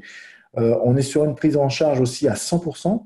On a ouvert ce pack à 1000 entreprises de la FEDESAP. Et donc derrière, n'hésitez pas à en bénéficier. Donc qu'on soit petite entreprise, grande entreprise, évidemment pour les plus de 50, on était lié au FNE, donc là ça va être un peu plus compliqué et ça s'adresse avant tout au plan sur les moins de 50. Pour les plus de 50, après on peut le gérer avec la CNSA. Donc vous avez une capacité derrière de vous inscrire dans la démarche jusqu'au 31 août et après les formations peuvent durer jusqu'au 31 décembre. Donc, n'hésitez pas à en bénéficier parce que je vous dis, c'est totalement gratuit. Et derrière, les premiers retours que j'ai des entreprises qui sont suivies, on a déjà, je ne sais pas, 200-300 qui sont suivis, c'est très positif. C'est-à-dire que l'échange est plutôt de bon niveau. J'ai fait le choix de travailler avec un cabinet qui était extérieur au service à la personne pour pas avoir de vieux réflexes. Ce qui fait que là, on a des choses qui sont plutôt nouvelles, innovantes et qui plaisent plutôt bien sur la GPEC, sur un certain nombre de choses. Donc, s'il y a besoin de sujets complémentaires, appelez-moi et on vous répondra. Juste une précision, Guy. Moi, j'ai mon référent de l'OPCO-EP qui m'a dit qu'à plus de 50 salariés, il n'y avait pas de prise en charge des coûts salariaux. D'accord, ok. Donc, pas de prise en charge des coûts salariaux. On est dans le FNE, c'est-à-dire qu'on est sur un plan moins de 50. Okay. C'est-à-dire que dès qu'on dépasse les plus de 50, c'était le FNE qui prenait le relais avec une prise en charge de 1 500 € par salarié. Et pour les moins de 50, il faut quand même l'accord de l'OPCO? Alors, en fait, je vous ai mis un fil conducteur. En fait, vous avez écran par écran. Ce que vous devez faire, vous inscrivez vos salariés et vous lancez le plan. C'est extrêmement simple. Après, vous choisissez les thématiques qui vous intéressent. Il y a donc des catalogues. Il faut que l'organisme de formation soit Datadoc ou Datadocké, comme on le dit. Et donc, derrière, ça peut s'opérer tout à fait facilement, quoi. On a formé des milliers de salariés. Là. Je crois que je suis à 2 ou 3 000 salariés. C'est assez incroyable. Pour Vacom aussi, c'est pareil, ça marche pareil? Alors pour Vacom, ça marche pareil. Donc là, je te redonnerai le lien, Olivier, sur Vacom PACA. Et donc derrière, il suffit de les appeler. C'est dommage qu'ils ne soient pas là parce que, je vous dis, je l'ai eu toute la semaine. Là, depuis 15 jours, on est dans les webinaires. Et à chaque fois, j'ai eu, il y a qu'en PACA, on n'a pas eu. Mais bon, je sais qu'il y a des représentants un peu partout en PACA. Et donc, il n'y a pas de sujet. On vous accompagnera comme ailleurs. Autre élément, profiter aussi du confinement pour écrire un référentiel d'activité sur un bachelor qui va correspondre, ce qui est un bachelor de responsable opérationnel de service à la personne. Alors, ça veut dire beaucoup de choses et pas grand-chose. En fait, c'est du responsable de secteur plus. Donc, c'est un bac plus 3 qu'on va lancer là au mois de septembre avec une grande école parisienne qui s'appelle l'IGS. Et donc, derrière, l'objectif pour nous, c'est de dupliquer sur l'ensemble du territoire cette formation pour les responsables de secteur. C'est une formation plutôt de haut niveau qui va vraiment correspondre à l'activité du responsable de secteur. Et l'objectif, c'est aussi d'en faire un responsable de secteur plus, c'est-à-dire que derrière, on a de plus en plus de demandes pour que les responsables de secteur soient plutôt au niveau manager, qui s'approchent du niveau de manager pour devenir responsable d'agence, par exemple. Donc là, on a construit le référentiel avec des entreprises de services à la personne. Et donc derrière, ça correspond pleinement à l'activité du responsable de secteur. Et on a notamment intégré à l'intérieur de cette formation 3 jours pour tout ce qui touche le SI de l'entreprise et le suivi du SI de l'entreprise. Parce qu'on considère que chaque entreprise a un SI particulier. Avant, on avait une formation qui était plutôt généraliste. Là, la formation se fera sur site directement dans vos locaux, pour ceux qui se lanceront dans la chose. Donc, je pense qu'on va aussi la faire par la voie de l'apprentissage, cette formation. C'est-à-dire que pour les nouveaux responsables de secteur, on pourra, alors pour ceux qui sont en poste, ça fera 250 heures. Pour le contrat d'apprentissage, on sera autour de 450 heures de formation. Donc, l'objectif, c'est vraiment d'avoir une autre proposition que ce qui vous est proposé aujourd'hui, qui est, à mon avis, de moins en moins qualitative et j'ai de plus en plus de retours négatifs. Et donc, de ce fait-là, il fallait proposer un nouveau produit. Donc, on passe du Bac+2 à Bac+3. Donc, l'objectif, ça va être d'accompagner ce déploiement au niveau national. Je ne sais pas si Élodie est avec moi cet après-midi. Oui, je suis là. Bonjour Élodie Guy. est là. Parce que je ne vois pas toutes les photos, parce que sinon je ne pourrais pas regarder mon PowerPoint. Donc, Élodie va vous parler d'une nouvelle formation aussi qu'on va lancer avec HEC, une formation dite premium, qui va s'adresser à 20 chefs d'entreprise français. Une formation tout à fait spécifique sur 6 modules. À toi la parole, Élodie. Oui, Guy. Donc, bonjour à tous. Voilà, moi, je suis Élodie. Je travaille avec Guy donc, depuis le mois d'octobre. Et en fait, je travaille sur l'organisme de formation SAP Compétences et également SAP Service. Je suppose que Guy vous en a parlé en début de webinaire. Effectivement, il y a une différence sur la fiscalité, mais ça reste voilà, la même entité, le même groupe. Donc, mon intervention aujourd'hui concerne en fait notre partenariat à nouveau avec l'école HEC. En sachant qu'il y a déjà un historique HEC avec la FEDESAP. Là, l'idée, c'est vraiment de vous proposer une formation un petit peu d'excellence premium, axée sur la montée en compétences et une vision nouvelle en tant que dirigeant d'entreprise. C'est aussi repenser ses fonctions de dirigeant. La particularité également en sortie de crise, c'est vraiment d'accentuer là-dessus, en sachant que voilà, c'est une formation qui dure 70 heures à raison de 7 heures par jour sur 10 jours.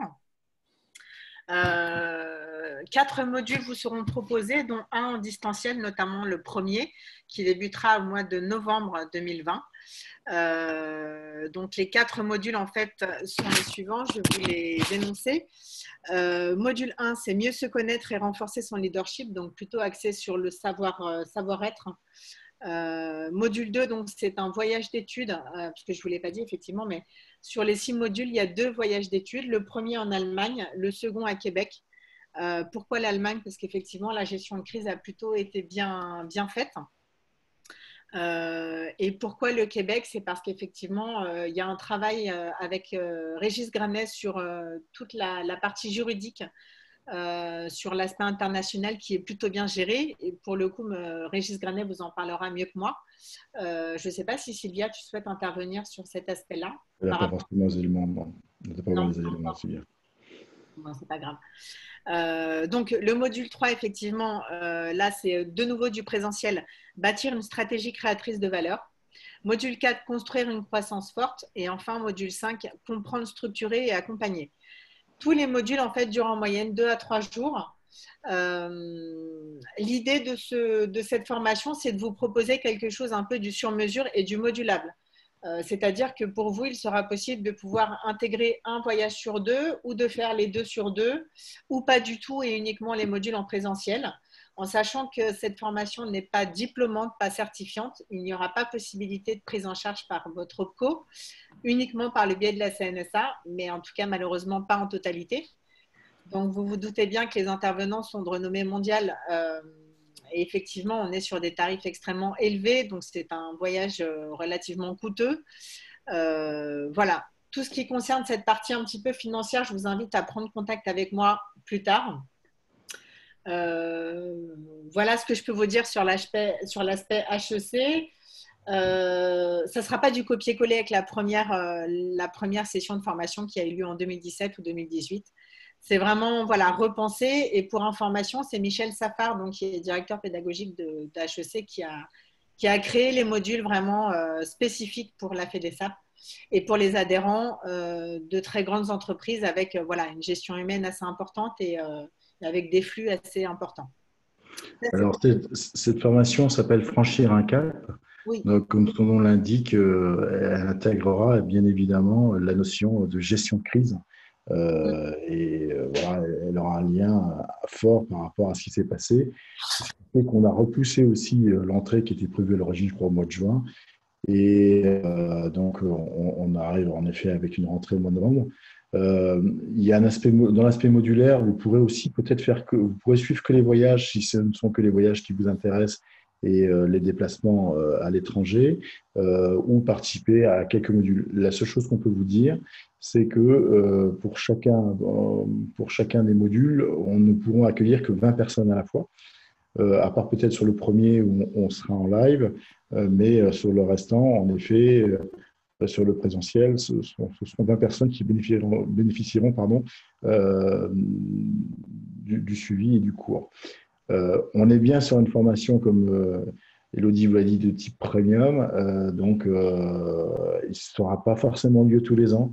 Là, ça correspondait aussi à une attente de chefs d'entreprise de la FEDESAP qui disait on a des formations, c'est bien, on a fait le bac plus 5, on a fait le bac plus 4, on a fait le bac plus 8. Bon, on aimerait bien avoir quelque chose d'un peu nouveau qui reprenne en fait le franchissement de cap, l'évolution personnelle, le dépassement personnel, le développement du business, parce que c'est aussi ça dont il s'agit derrière, quoi. C'est ouvert à tout adhérent et même aux non-adhérents, c'est-à-dire que les personnes qui sont non-adhérentes de la FEDESAP peuvent bénéficier, on va s'adresser tout simplement aussi à des chefs d'entreprise de la FESP, à des chefs d'entreprise du CINERPA. Donc, parce que on sera aux alentours de 20 000 € sur le coût total de cette formation. Donc, il est évident que je sais bien que tout le monde ne pourra pas y aller. Donc, pour ceux qui pourront suivre, donc on va essayer et l'objectif pour nous, c'est pas de faire de l'argent, c'est vraiment de proposer quelque chose d'optimal. Sur le MCIS et le DISAP, donc je laisse intervenir. Moi, je vais intervenir sur le DISAP parce qu'il y a un nouveau groupe qui va démarrer et puis tu continueras sur le MCIS, Élodie. Donc, on a un premier groupe de DISAP là, à Cannes qui fonctionne depuis quelques temps en arrière. Voilà, donc Olivier est bien au courant. Tu pourras intervenir sur le sujet, parce que je sais que tu es inscrit dedans. Le prochain, je crois d'ailleurs, il aura lieu chez toi, dans tes locaux, parce que tu es à Villeneuve, comme moi. Et donc, le prochain groupe de DISAP aura lieu à Villeneuve. L'intérêt de Villeneuve, c'est qu'on est proche de la 8. Et pour ceux qui viennent, en effet, du 83, c'est assez facile d'accès. Et donc, on touche le 06, le 83 assez facilement. Et j'ai eu Catherine ce matin, mais comme j'étais déjà en visio, je ne me rappelle plus de la date d'ouverture du DISAP, je crois que c'est octobre ou novembre, mais elle me l'a dit ce matin, mais je ne me rappelle plus en fait. Tu donneras l'information, Olivier. Et donc une formation toujours de 203 heures qui dure une année et qui valide un bac plus 4 à Scoria, Bretagne. 15 octobre normalement. 15 octobre. Merci de cette information, Olivier. Donc, on a aussi notre produit premium par rapport aux formations dirigeants qui s'appelle le MCIS. On a bien du mal à le remplir sur Marseille, je le dis aussi simplement. C'est pourtant un très beau produit, mais c'est vrai qu'il est beaucoup plus lourd en termes d'heures, etc. Parce qu'on est à, alors vas-y, je te laisse prendre la main, 378, 399. Oui, justement, je vois qu'il y a des anciens, notamment Jessica Dantioni.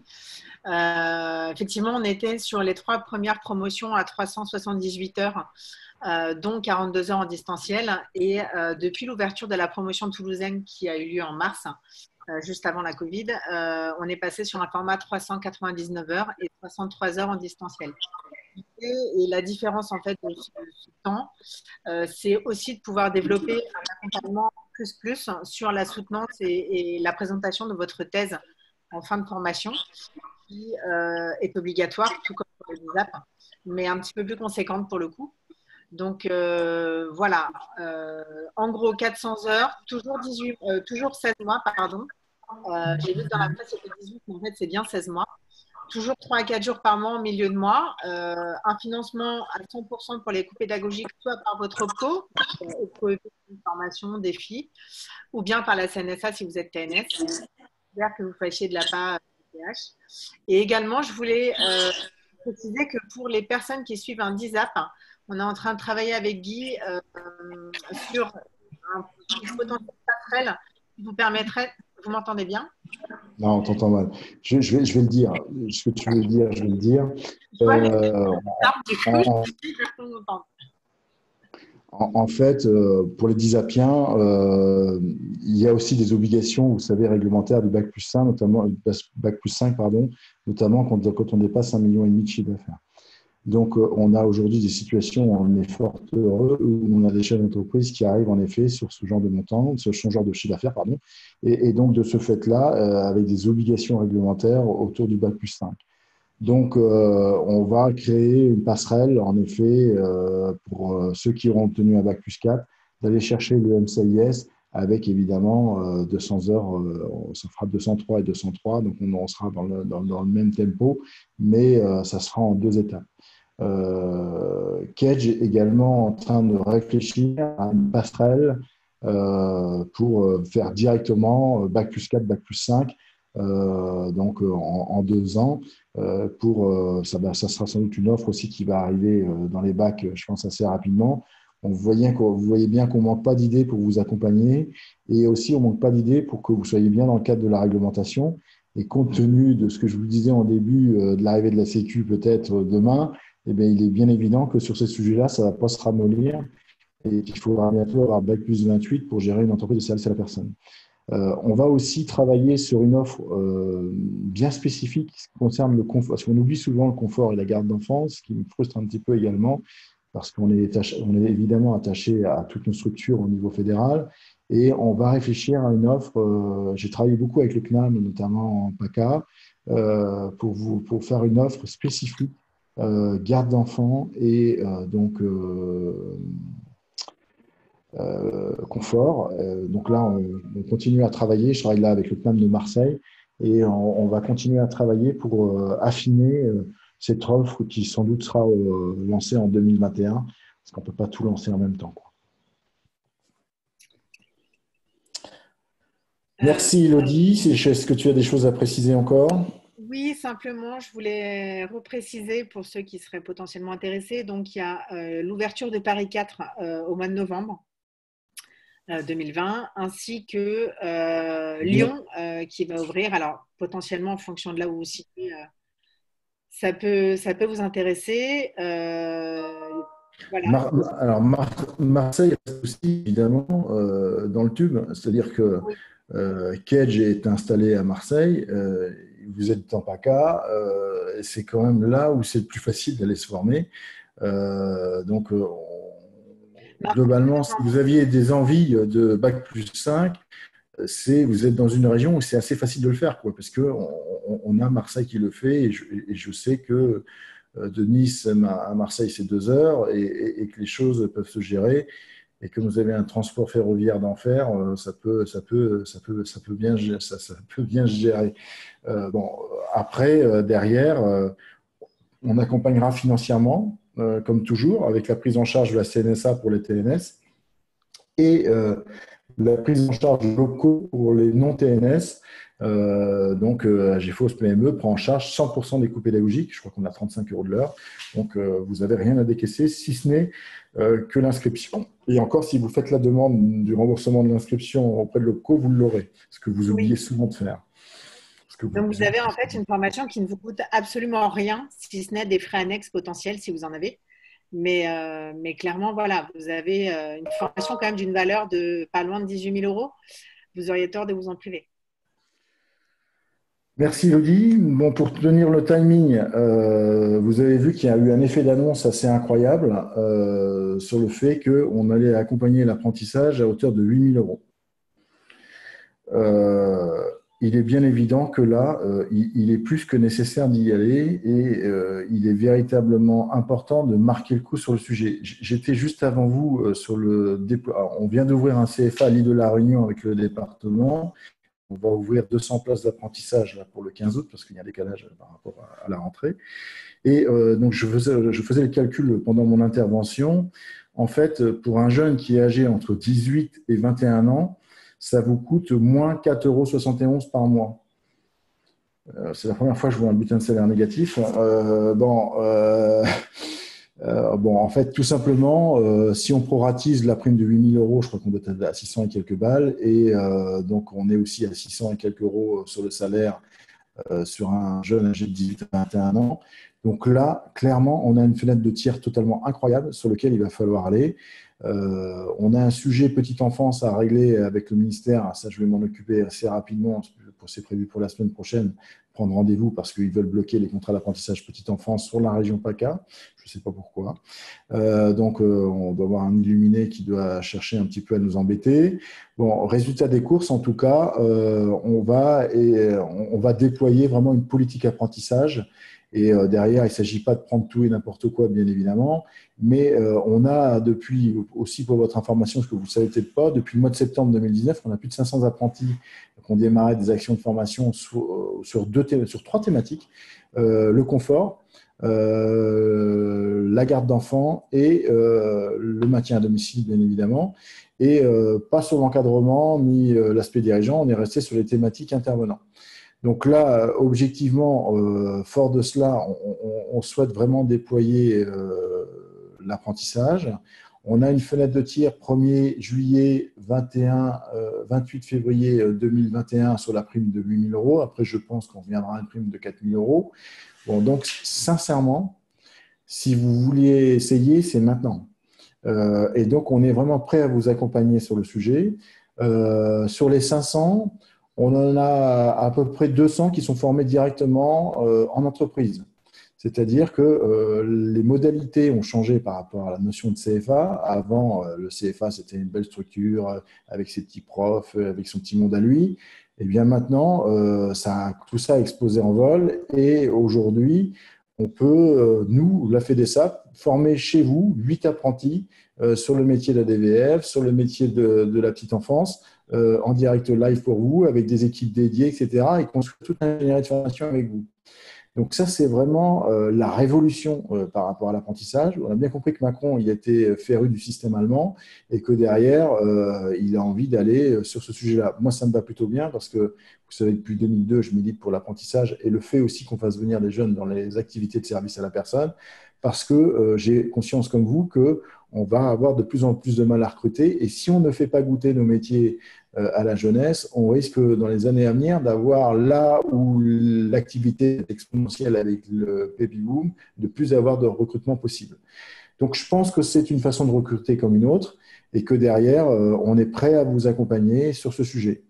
Il y a un protocole d'alternance. Je vous rappelle que derrière, le jeune intervient seul au domicile après un mois de binôme. Dans la garde d'enfants, c'est sans doute ce qui bloque. On n'avait pas ce mois de binôme, donc il va falloir qu'on prépare quelque chose sur le sujet. Mais on avait commencé en commission à travailler dessus. On va faire des propositions à la DGEFP très rapidement. Et donc derrière, de ce mois de binôme, l'apprenti intervient seul au domicile. Et ça marche bien pour le confort, ça marche bien pour le maintien à domicile, ça marche bien pour la garde d'enfants. Donc, il n'y a pas trop de sujets à ne point faire. Le tout, c'est de recruter la bonne personne avec les savoir-être qui vous conviennent, etc. On est sur du recrutement tout à fait classique. Donc, le tout, c'est d'aller aussi toucher les jeunes, etc. Ça fait beaucoup de tout. Mais derrière, de façon simple, il serait vraiment dommage de ne pas vous accompagner sur cette structuration. Là, moi j'ai plusieurs entreprises qui ont lancé de l'apprentissage avec uniquement 8 stagiaires. On a aujourd'hui un modèle économique qui se fait avec 8 apprentis. Et donc, quand vous avez un coût de revient à moins d'1 euro de l'heure, vous comprenez bien que même si votre apprenti il est là 35 heures par semaine, ça va bien se passer, quoi. Je ne sais pas si vous avez des questions. Oui, moi j'ai une petite question par rapport au démarrage de l'apprentissage. Ça se démarre au mois de septembre? On est obligé de démarrer au mois de septembre ou n'importe quand?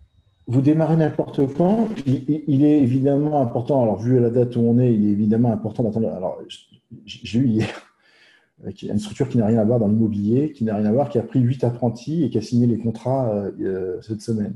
Et qui m'a appelé pour me dire, je crois que j'ai fait une connerie, ça n'a rien à voir avec le service à la personne. Mais évidemment, là, il faut attendre le 1er juillet parce que le décret et l'ordonnance qui va énoncer tout cela, elle est prévue pour le 1er juillet. Donc, tous ceux qui ont signé les contrats avant le 1er juillet, ben, ils vont passer à côté de la prime de 8 000 euros, ce qui est complètement incroyable d'avoir fait cette erreur et que le CFA n'ait pas dit attendez le 1er juillet, quoi. Vous pouvez démarrer n'importe quand. Donc, dans la garde d'enfants, on va démarrer plutôt au 1er septembre. Sur le maintien à domicile, on peut démarrer très rapidement courant juillet pour notamment le job d'été, quoi. Le contrat dure 12 mois. Donc, si vous démarrez au 1er septembre, vous finirez au 31 août de l'année prochaine. Si vous démarrez au 15 juillet, vous terminerez au 14 juillet de l'année prochaine, quoi. Ça va se passer comme ça. On est pro rata temporis sur la prime. Ça veut dire que c'est sur SILAE et que chaque mois, vous faites votre déclaration d'absence de votre apprenti ou pas. Et en fonction de ça, vous touchez le montant alloué. Donc, démarrage, on démarre beaucoup d'actions, en effet, sur septembre, quoi. C'est la plupart, mais on en démarre aussi fin juillet parce que ça arrange tout le monde, quoi. Excusez-moi, vous auriez une plaquette concernant un petit récapitulatif de tout ça? Moi, je suis dans le confort et c'est vrai que ça pourrait m'intéresser pour connaître un petit peu aussi les… Qui parle? Ah, c'est Magali qui parle. Moi. Savoir combien de temps en entreprise, combien de temps en école, qu'est-ce qu'on peut proposer comme… qu'est-ce qui prépare? Diplôme? Alors, on travaille à chaque fois, évidemment, sur une alternance dédiée. L'apprentissage tel que nous, on le voit, il fonctionne parce qu'il est complètement adapté à la vie d'entreprise. Ça veut dire que sur le modèle confort, on est plutôt sur une absence 1 jour par semaine. Ce qui fait que dans votre planification mensuelle, vous avez toujours tous les mardis, votre apprenti est absent. Donc, ce qui fait que du lundi alors, il peut aussi travailler le week-end, un week-end sur deux, etc. Il n'y a pas de sujet sur tout ça. Mais donc, ça veut donc dire qu'à l'année, vous avez déjà une planification qui est arrêtée. Pour le confort, on a tendance à travailler sur le CAP ATMFC, un CAP d'éducation nationale, mais on peut évidemment travailler aussi sur le titre ADVF en appuyant beaucoup plus sur le CCP 1 et en appuyant beaucoup moins sur les 2 autres CCP, garde d'enfants et maintien à domicile. Donc, mais on a un référentiel d'activité de l'éducation nationale qui est complètement tourné vers le métier de l'entretien de la maison, qui s'appelle le SAP, avec un nom barbare, ATMFC, assistant technique en milieu familial et collectif. ATMFC, assistant technique en milieu familial. Mais vous me faites un mail, je vous renverrai tous les éléments. Vous allez avoir mon mail à la fin, vous le recopiez et vous aurez mon portable aussi et on peut échanger sur le sujet. Voilà. Et vous n'êtes pas forcément habitué à faire. Alors, pour le confort, j'ai tendance à penser que notamment, il ne faut pas prendre des jeunes trop jeunes. Parce qu'un jeune de 20 ans a plus de mal à se projeter dans l'entretien de la maison, etc. Il me paraît plus raisonnable de travailler avec des jeunes qui ont entre 24 et 30 ans. Je rappelle également que dans le cadre de l'apprentissage, vous pouvez faire glisser vos salariés sur un contrat d'apprentissage. C'est tout à fait nouveau, c'est-à-dire que ça suspend le contrat de travail du salarié en CDI, le temps de la formation par apprentissage, et après le salarié reprend son activité d'avant et son CDI d'avant. Bien évidemment, sa rémunération, elle reste figée à ce qu'il avait auparavant. Elle ne doit pas être inférieure au taux légal lié à l'apprentissage. Et donc, ça permet aussi d'inscrire des salariés de moins de 30 ans dans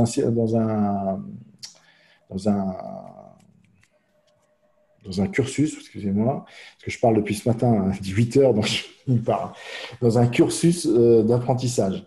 Donc, ça, c'est aussi complètement nouveau.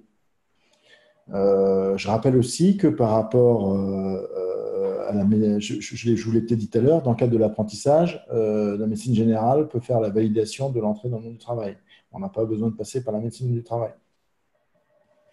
Donc, il y a plein d'éléments qui sont liés à l'apprentissage qui sont tout à fait intéressants, sur lesquels je pense que je vais vous envoyer une note en juillet assez complète, comment ça marche, on va l'appeler comme ça, et puis reprendre un petit peu tous les éléments de façon très simple pour votre lecture. Et derrière, on est juste là pour vous accompagner et même créer au sein de votre structure une dynamique apprentissage. Pas d'autres questions? Juste une question, oui, l'apprentissage, là, c'est sur 1 an ou 2 ans? Nous, on ne fait que des contrats d'un an. D'un an? Parce que je trouve que c'est bien, premièrement, parce que les rémunérations sont quand même assez basses. Donc, à un moment donné, on pourrait avoir un épuisement de l'apprenti sur 2 ans avec une REM très, très basse. Donc, bon, vous avez bien compris que là, l'apprenti ne vous coûtera pas grand-chose. Donc, 1 an, c'est déjà pas mal. Et année 2, après, c'est contrat de travail, quoi. Alors, ceci dit, on peut envisager de faire des groupes sur 2 ans ou 18 mois. Enfin, tout est possible. Donc, la prime, elle passe à 2 500 € année 2 pour l'instant. Donc, vous avez une prime de 8 000 l'année 1, une prime de 2 500 année 2. Et année 3, je crois que c'est 1 500, mais bon, là, c'est envisageable. Et une embauche obligatoire derrière? Non. Non. Le contrat d'apprentissage reste, alors vous pouvez le faire sous deux formes, soit en CDD, soit en CDI. Bon, nous, il n'y a pas de prime de préca à la fin. Alors, il n'y a pas de charge salariée, c'est-à-dire que le salaire brut est égal au salaire net pour le salarié. Si un apprenti gagne 700 € par mois en brut, il a 700 € en bas de bulletin de paie. Les charges patronales sont à hauteur de 8,8%. Donc, vous avez des charges super mini au niveau patronal. Voilà, enfin, tous les feux sont ouverts. Il n'y a pas de piège, en fait. Hein. Bon, après, il y a des gens qui ont. Je dis toujours, il ne faut pas prendre qu'un apprenti, mais en prendre 2, parce que si ça se passe mal avec un, au moins avec l'autre, ça se passera bien. Mais c'est un petit peu vrai. On est sur du recrutement classique avec tout ce que ça entraîne, etc. Le défaut des très jeunes, c'est en effet peut-être, notamment quand on est dans le maintien à domicile, les notions de cuisine, etc. Parfois, faire à manger, tout, c'est parfois un peu compliqué, je dis bien parfois. Il y a aussi un véritable élément concernant l'apprentissage, c'est le permis de conduire. Donc, il y a une prime de 500 € pour le permis de conduire. Bon, la plupart, nous, des contrats, il faut que le jeune, évidemment, soit autonome en termes de véhicule, sauf dans les grandes villes. Mais globalement, il faut que le jeune ait son permis de conduire. Et après, on arrive à gérer avec souvent des associations, s'il n'a pas sa voiture, du prêt de véhicule, etc. Parce qu'il existe tout un tas d'associations avec lesquelles on bosse sur ça. Bon, en tout cas, il y a plein de choses qui peuvent se mettre en œuvre. On a de très belles histoires sur l'apprentissage. On a aussi, voilà, sur 500 là qu'on démarrait au 1er septembre, il en reste un peu plus de 400. Voilà. Donc, il y a de la casse aussi quand même, je ne vais pas vous dire le contraire. Mais bon, avec vos salariés classiques, il y a aussi de la casse, donc tout va bien. Vous avez 45 jours de période d'essai. Donc ça, c'est super intéressant parce que 45 jours, c'est long. Et ça vous permet notamment de faire un véritable binôme avec le maître d'apprentissage pendant 1 mois. Et ça, c'est l'investissement des 11 mois à suivre. C'est-à-dire que les gens qui font l'économie du binôme d'1 mois, ils font une erreur fondamentale. Et c'est souvent là où on a de la casse. Ils mettent directement les jeunes au boulot. J'ai vu une situation aussi où ils ont mis directement les jeunes sur du GR1, GR2, sur du maintien à domicile. Bah, évidemment, l'apprenti, il n'a pas tenu le choc, quoi. Parce qu'il s'est dit, c'est ça le métier, bah, je me casse, quoi. Bon, il y a des logiques de gestion, d'organisation RH, etc., qui font que un apprenti, vous ne le mettez pas directement sur les cas lourds de votre structure. Il commence par du GR4, 5, 6 quand on est dans le maintien à domicile. Et quand on est dans le ménage, on ne le met pas dans un château directement pour démarrer parce qu'il pourrait vite être un peu perdu. Et donc, il faut un véritable accompagnement, etc. Mais je peux vous assurer que l'apprenti vaut parfois plus que le salarié. C'est-à-dire qu'on a plein de situations où des personnes âgées, notamment, auraient pu dire non, je ne veux pas trop avoir un jeune, qui aujourd'hui veulent plus se séparer de leur jeune parce qu'il y a une véritable relation qui s'est établie et c'est plutôt sympa, quoi. Et sur l'entretien de la sphère privée, franchement, moi j'ai eu même des jeunes de 20 ans qui étaient super bien sur le ménage repassage, quoi. Bon, après, tout dépend du recrutement, tout dépend de l'éducation qu'on a reçue et il y a plein d'éléments qui viennent contrarier les choses que vous connaissez parfaitement en termes de recrutement. Donc, n'hésitez pas à me contacter sur le sujet. Je suis open bar pour vous aider à créer votre dynamique apprentissage. Alors, on crée même aussi, on accompagne même des structures à la création de CFA. Bon, ça va jusque-là, on fait un certain nombre de choses. Alors là, il faut quand même avoir un certain nombre de salariés. Sur la CNSA, juste vous redire aussi en quelques mots qu'on a toujours beaucoup d'argent à la FEDESAP, donc pour financer votre système d'information, votre télégestion. Alors, ça s'adresse uniquement aux SAD, malheureusement, vous le savez. Pour ceux qui sont dans le confort et la garde d'enfants, malheureusement, vous n'avez pas le droit. Donc, pour les SAD, on a vraiment beaucoup de sous. Je vais recevoir 1,5 million là, donc n'hésitez pas à nous solliciter, qu'on vous envoie des dossiers. On a parfois du mal à consommer nos fonds, ça ne met pas toujours un peu, on a 3000 adhérents et il faut parfois aller vous chercher pour pouvoir consommer, alors que c'est juste de la pièce justificative qu'il nous faut sur le système d'information, sur la télégestion, sur la qualité, le RGPD, l'évaluation externe, là, je prends. Donc, on est très facilitateur. Donc, n'hésitez pas à nous solliciter.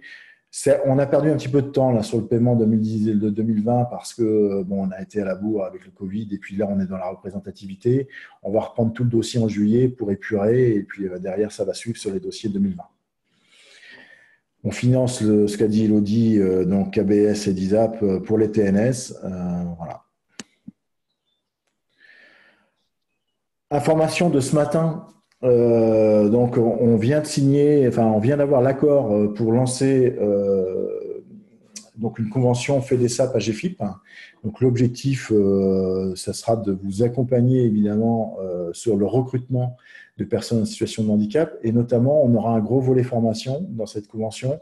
Vous savez que l'apprentissage, notamment pour les personnes en situation de handicap, il est toute la vie. C'est-à-dire que quelqu'un qui a 50 ans, qu'on souhaite prendre et former, on pourra la former dans le cadre de l'apprentissage, avec une prime supplémentaire de 8 000, de 4 000 euros. Donc là, il n'y a plus de coût, c'est vous gagnez directement de l'argent à embaucher une personne en situation de handicap. Bien évidemment, il faut faire attention aux restrictions, etc., pour que ça corresponde à votre poste. Et on a aussi une très belle histoire sur ce sujet. Donc, c'est un sujet que vous connaissez en PACA parce qu'on a déjà fait un certain nombre d'actions, notamment dans mon ancienne vie. Et donc, l'objectif est de poursuivre ces actions et de continuer à vous accompagner, notamment pour faire face aux 6% qui vous coûtent extrêmement cher quand vous avez plus de 20 ETP.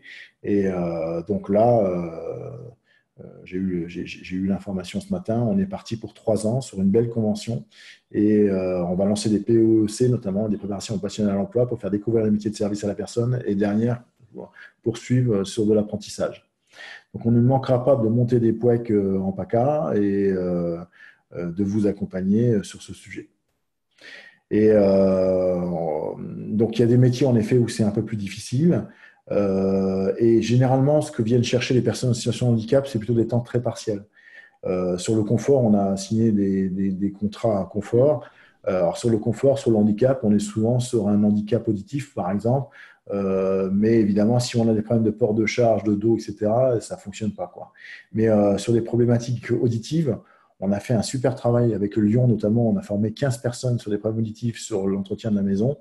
Et je peux vous dire que les entreprises sont super contentes des candidats et ça se passerait très bien parce que de toute façon, les clients ils sont pas là, ils sont au travail. Et donc, il n'y a pas de sujet, la personne peut intervenir au domicile, même si elle est malentendante. Donc, je vous rappelle que le handicap est pluriel, 10 millions de personnes en situation de handicap en France, 8 millions en capacité de travailler, et dans ces 8 millions, on se fait fort d'aller en chercher quelques centaines, parce que ça va parler de centaines sur 8 millions, pour intégrer les métiers de service à la personne. Il est bien évident que si le handicap est trop lourd, c'est trop compliqué à mettre en œuvre. Sur les aspects fauteuil, etc., on a aussi évidemment dans des agences du fonctionnement qui peut se mettre en œuvre, mais évidemment, au domicile, on ne peut pas mettre quelqu'un qui est en fauteuil, quoi. Le CFA, j'en ai parlé de l'île de la Réunion, qui est une particularité. Et voilà, un peu les grandes orientations 2020. Donc, si vous avez quelques questions avant de vous libérer. Une question. Donc, les coordonnées. Une petite question, j'aimerais savoir par rapport au handicap, parce que ça fait un moment que j'essaye de trouver, j'ai demandé à l'AGFIP et tout ça, pour trouver des personnes pour le handicap et j'arrive pas à trouver. Je trouve personne. Donc, comment faire pour trouver quelqu'un? Alors, c'est ce qu'on a proposé. On va monter des POEC, des préparations opérationnelles à l'emploi, de découverte des métiers de service à la personne. Donc, ce sera des POEC assez courtes qui feront 150-200 heures. Donc, ce sera la découverte de nos métiers, donc avec la présentation de nos métiers, avec des témoignages de chefs d'entreprise comme toi. Et donc, derrière, l'idée, c'est de donner envie et dire que c'est possible d'aller dans les métiers de service à la personne, même si on a des restrictions. Alors, on est bien d'accord sur les restrictions. Par exemple, là, une des dernières embauches que j'ai faites, c'est au niveau des services à la personne, c'est quelqu'un qui est atteint d'une maladie de Crohn. Bon, voilà, il n'y a pas de problématique de port de charge, etc. Il y a juste un instant T où, en effet, on peut avoir de l'absentéisme lié à cette maladie. Mais je sais que l'entreprise qui a embauché est très satisfaite de la personne. Donc, l'idée, c'est d'aller vraiment sur ça, sur la présentation. En fait, on bute sur un élément qui est toujours le même, c'est que les conseillers qui accompagnent les personnes qui ont qu'on appelle les RQTH, les personnes qui ont une vraie sens qualité de travailleurs handicapés, ils ne connaissent pas nos métiers. Et donc, on est dans le format du type, on cherchait quelqu'un pour faire de l'entretien de la sphère privée et on nous envoyait quelqu'un qui avait un 2 AVS à l'époque et ça ne correspondait pas du tout. Ben là, c'est à peu près pareil, quoi. Ils ne savent pas qui nous envoyer. On a fait des tests sur Paris, ils nous envoyaient des gens qui avaient Bac+4, Bac+5. Bon, les gens nous disaient, mais non, en fait, je n'avais pas compris, c'est pas mon truc, quoi. Donc, on voit bien que derrière, c'est aussi accompagner les prescripteurs pour former. Pour les former, pardon. Je ne sais pas si notre DR veut faire un petit mot. Ouais, merci, merci Guy. J'allais dire une toute dernière question un peu facile, mais quand est-ce qu'on se voit physiquement? J'aurais plaisir à retrouver la Côte d'Azur au mois d'août cet été, retourner chez moi. Donc, ça sera sans doute l'occasion de voir un certain nombre d'entre vous avec plaisir pendant le mois d'août, si vous êtes là, bien sûr, si vous n'êtes pas monté en Normandie, où je suis actuellement. Donc, voilà, bon, voilà, avec le confinement, je me suis retrouvé dans une situation particulière. Donc là, on va pouvoir réenvisager maintenant de se déplacer et de pouvoir descendre. Et tout le problème des avions, etc., c'est un peu compliqué que le quotidien que vous avez aussi, que vous vivez, quoi. Et au niveau de l'AG annuel Alors, de la Fédé. un petit mot. Oh, tiens, oui, je n'en ai pas parlé. C'est la première fois qu'on me pose la question. Au niveau de l'AG de la FEDESAP, on a décidé de la reporter au moment du Salon des services à la personne. Donc, on va l'intégrer dans un package Salon SAP avec AG. Ça a plutôt du sens parce que c'est un endroit sur lequel vous aimez bien aller régulièrement. Et bien là, septembre, c'était un peu chaud de faire l'AG parce qu'il y avait encore des inquiétudes, etc., etc. Bon, là, à partir du mois de novembre, soit on sera dans la phase 2 de Covid-19 et j'ose même pas y penser, soit on sera dans une phase normale et on pourra en effet se retrouver autour d'un verre pendant le salon des services à la personne auquel vous serez conviés tous et toutes. On a hâte de prendre un verre avec toi au salon des services à la personne et pouvoir échanger un peu plus longuement physiquement. Oui, voilà. Voilà. Alors, c'est vrai qu'il y a une certaine frustration. Là, j'ai fait 15 jours. Là, j'ai demain Caraïbes et puis vendredi matin l'île de la Réunion sur ce format-là. Mais on a fait 15 jours assez intensifs là, avec 2 webinaires par jour. Ça a plutôt répondu positivement, comme cet après-midi. On voit bien que vous avez besoin aussi d'échanger à un moment donné. Bon, on remettra en place évidemment les rencontres lors du grand tour, mais ça sera pour 2021, vraisemblablement maintenant, quoi. Mais j'aurai plaisir, vous savez que j'adore aller sur le terrain et puis m'alimenter de ce que vous me dites, etc. Et c'est ce qui nous permet aussi de bosser à Paris sereinement dans le ministère. C'est-à-dire que si on ne s'imprime pas de ce que vous faites, de ce que vous vivez, mais on ne sert à rien. Et donc là, pour le peu, on a toujours grand plaisir à échanger avec vous et c'est fort de nos échanges qu'on est aussi en capacité de porter votre parole et de pouvoir faire avancer le secteur. Guy, avant que tout le monde ne parte, je me permets juste d'intervenir. Est-ce que vous pourriez remplir au sondage qui va être lancé avant que celui-ci disparaisse, avant que tout le monde se déconnecte, s'il vous plaît? Voilà, donc on va vous remettre en téléspectateurs, tous, et vous pourrez remplir le sondage pour savoir comment vous avez vécu ce webinaire. Je vous souhaite une excellente fin de semaine, une excellente fin de journée. Au plaisir de tous vous retrouver et à très très bientôt. Merci beaucoup à tous. Au revoir. Merci à tous. Donc n'hésitez pas à remplir le sondage. Et merci pour cet échange. Oui, merci beaucoup. Merci Sylvia. Merci Guy. Donc Magali, tu me rappelles sur tes sujets. Tu as pris mon portable et puis on avance.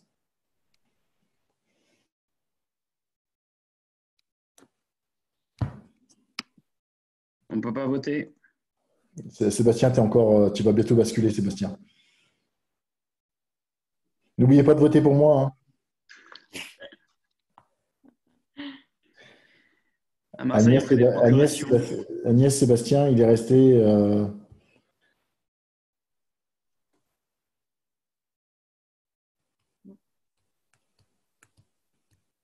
Il y a encore du monde, Agnès, à faire basculer. Ah, c'est bon. Oui, je suis là. Madame Scherer, Oui. merci pour la technique.